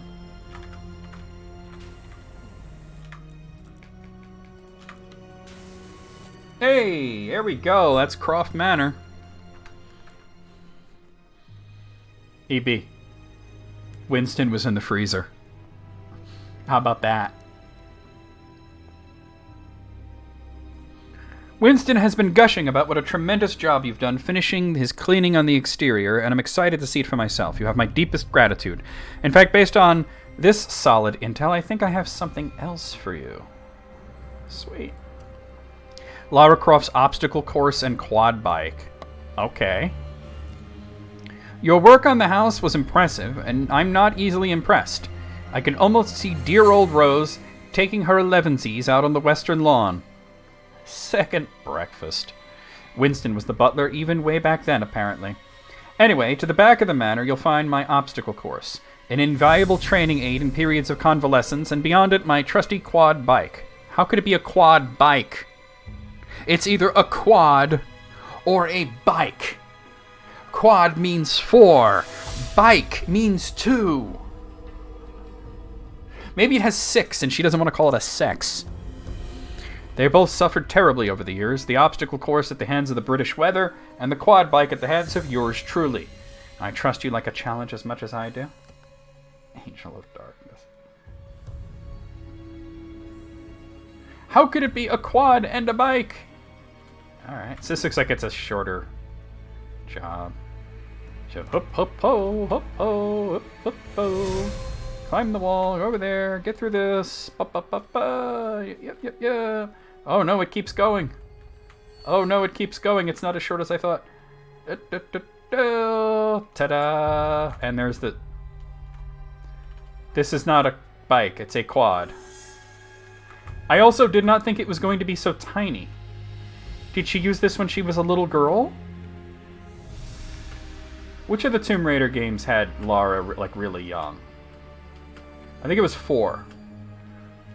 I think 4 had... There was, like, 12-year-old Lara. Maybe that was hers. Back then.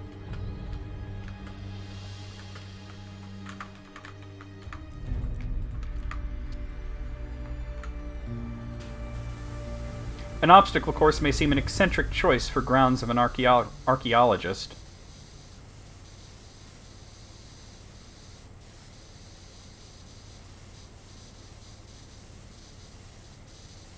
But not all archaeologists like to sit around and dust off artifacts in a museum.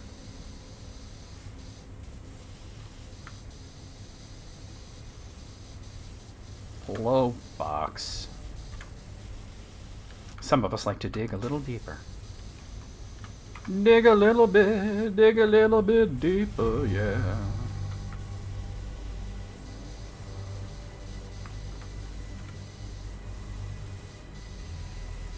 I still think this will be a lot faster than Croft Manor was.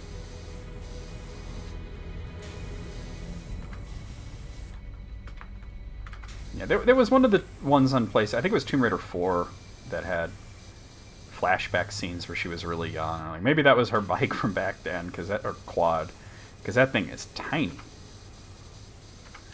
Then again, Lara Croft is kind of petite. Maybe she's just that small. Alright, I don't think this is gonna cut it. Oh, maybe if I do like this. Yeah, that works.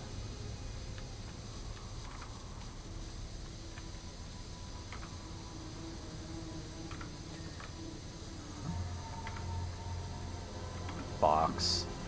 Hey everybody, I'm cleaning Lara Croft's box. Just getting in the cracks and making sure her box is nice and clean. As Wayne would say,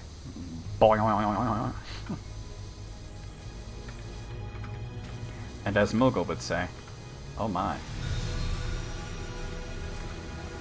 Hey, alright.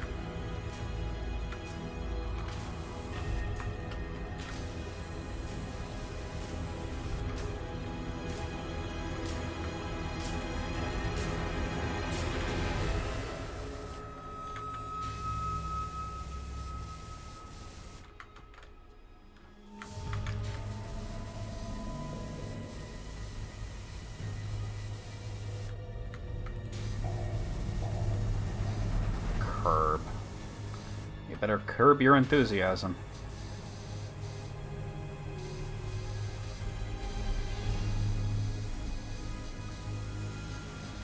Yeah, I still don't understand what a quad bike is. It's one or the other. Can't be both. That was definitely a quad. But I did not expect it to be so small. Because that thing is fucking tiny.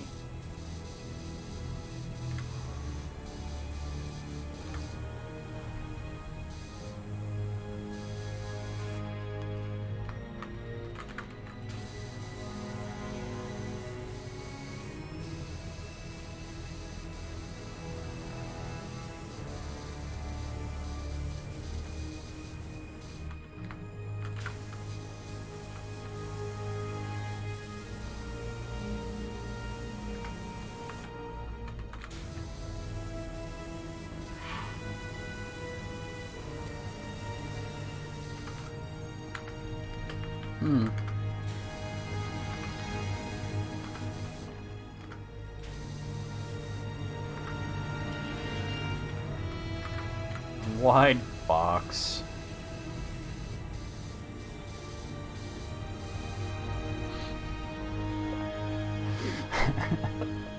Oh god. This one's just gonna be funny. Grip.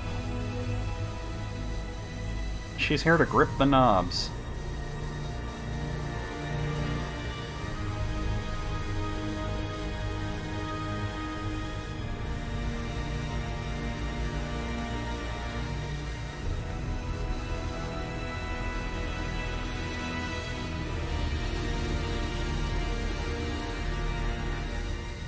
Whoa.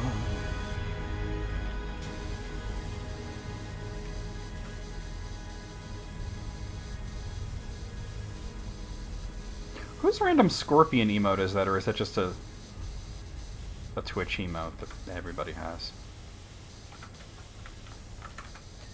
I've seen you use it a few times.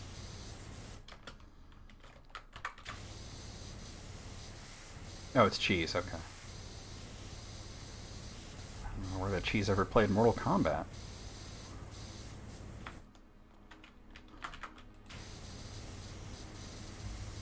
Maybe like the old Sega Genesis version or something. You tell my movement's getting a little jerky because I'm get that like it's almost the end of stream time and I only had cereal, so I'm a little wobbly. What is she streaming? Like the old Mortal Kombat on Sega Genesis or something?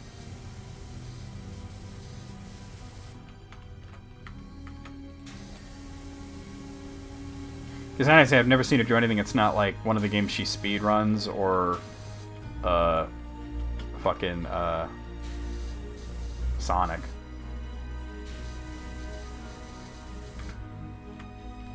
Alright. Hold on.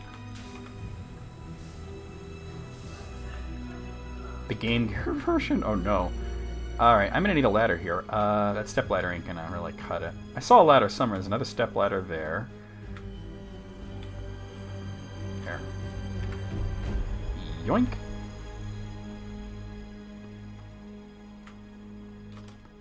Mortal Kombat for the ZX Spectrum. Oh, there was a ladder right there. Derp, derp, derp. Yep, yep, yep, yep, yep.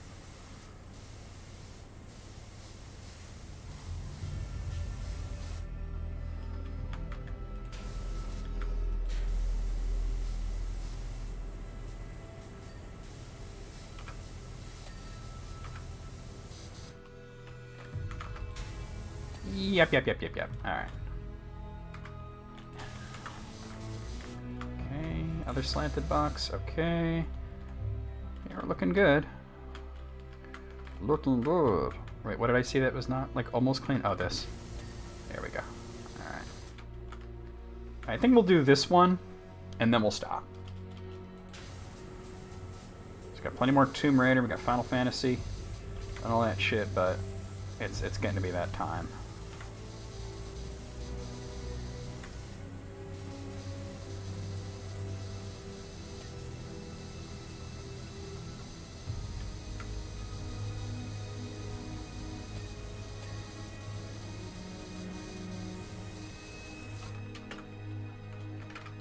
Look in the meme chat. Alright.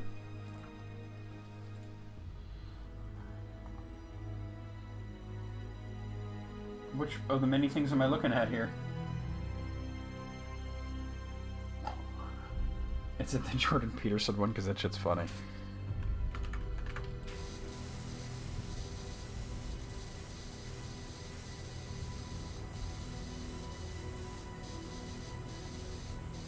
Box. We've all seen you cry.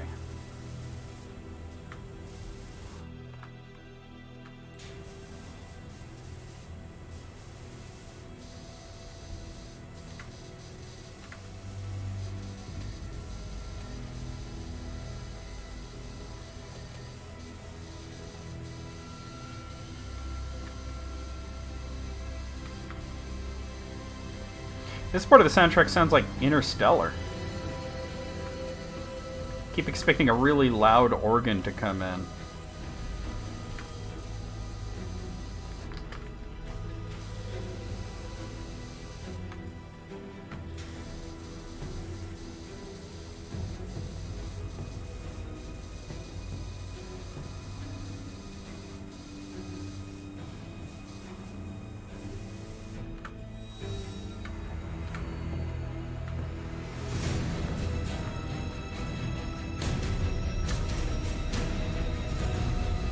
Is this true, Wayne?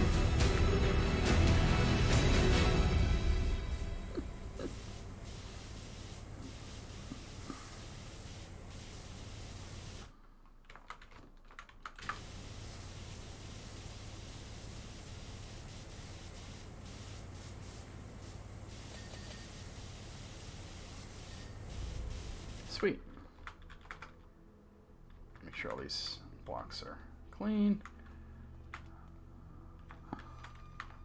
Get this shit here.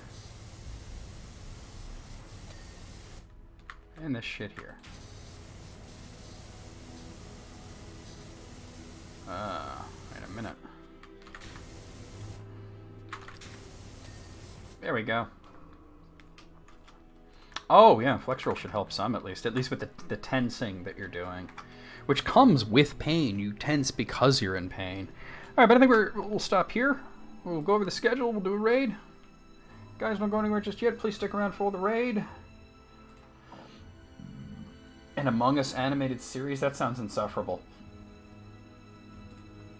That sounds completely awful. And I'd rather not have anything to do with it. Gross.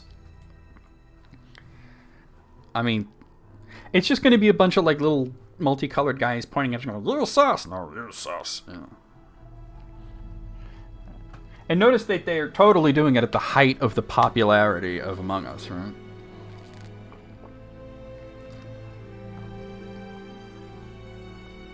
Totally at the height of the game's popularity, right? All right, let me cut off the music here. Okay, cool. So here's what's going on tomorrow night, guys. We're going to be... Oh, actually, before we get to tomorrow night, I don't have a scene for it yet. I'm going to do that like pretty much like right after stream. But tonight at 7, we're going to be doing the List Critics Remastered podcast with myself and Jesse, and our special guest host is Riddle. That's at 7, not 7:30. That's tonight. So don't miss out on that. Tomorrow night, we will, of course, be playing Growth or Devolution, Heed the Call to Awaken on the Super Famicom. Friday afternoon, we're going to have more Final Fantasy II for Steam, the Pixel Remaster. Saturday night, we're going to be playing more Xenosaga Episode 1 for the PlayStation 2. Sunday night, we of course have more Devil May Cry 3 Dante's Awakening Special Edition for Steam. Monday afternoon, more of, clicking it here, Battle Arena 2 Shinden 3 for the PlayStation. No, okay, yeah, I'm just saying that the timing there's a little off, right? Like Among Us, like is that popular still? Like they might as well repurpose it into a Fall Guys show at that point, right? Tuesday night, of course, we're done with Iconoclast, and I haven't set up a scene for it yet, but the next game on Tuesday nights for Tampon Tuesday, Taintsnom Tuesday, is indeed Adventure Island 4 for the Famicom. And then Wednesday afternoon, a week from today, we will be right back here with more PowerWash Simulator Tomb Raider DLC. So let's go over here and see who we have online that we could raid.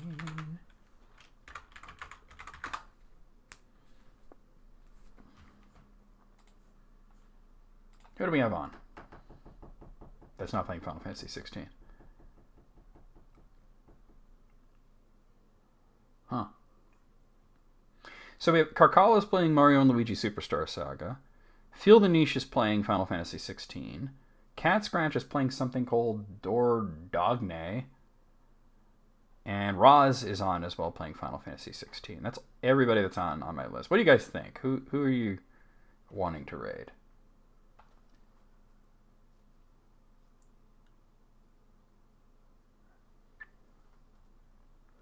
Oh, I can't get them until tomorrow. That fucking sucks. What do you guys think?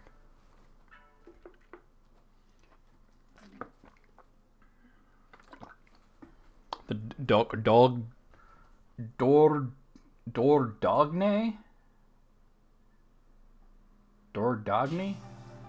Her stream title even is, I don't know how to pronounce the name of this game. I think it depends on how the conversation went. Okay. We're gonna poke something.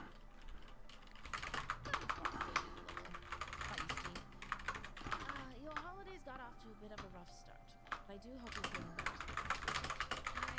Yes, I think today was pretty good. Fun! Oh, look at all the... Okay. Okay, it looks like a cute game now. Very colorful, watercolor sort of graphics. So, there's your raid call. Copy that, paste it as we head into Cat Scratch's stream. She is playing Dordogne? Don't know how to pronounce it. Neither does she. I don't think anybody does. So we're going to head over there. I'll see you guys on her stream. I'll see you guys tonight for the List Critics Remastered podcast. I will see you tomorrow for GOD and just around in general. I did not put the raid message in, the raid command. I will see you guys once this populates. I will hit the button.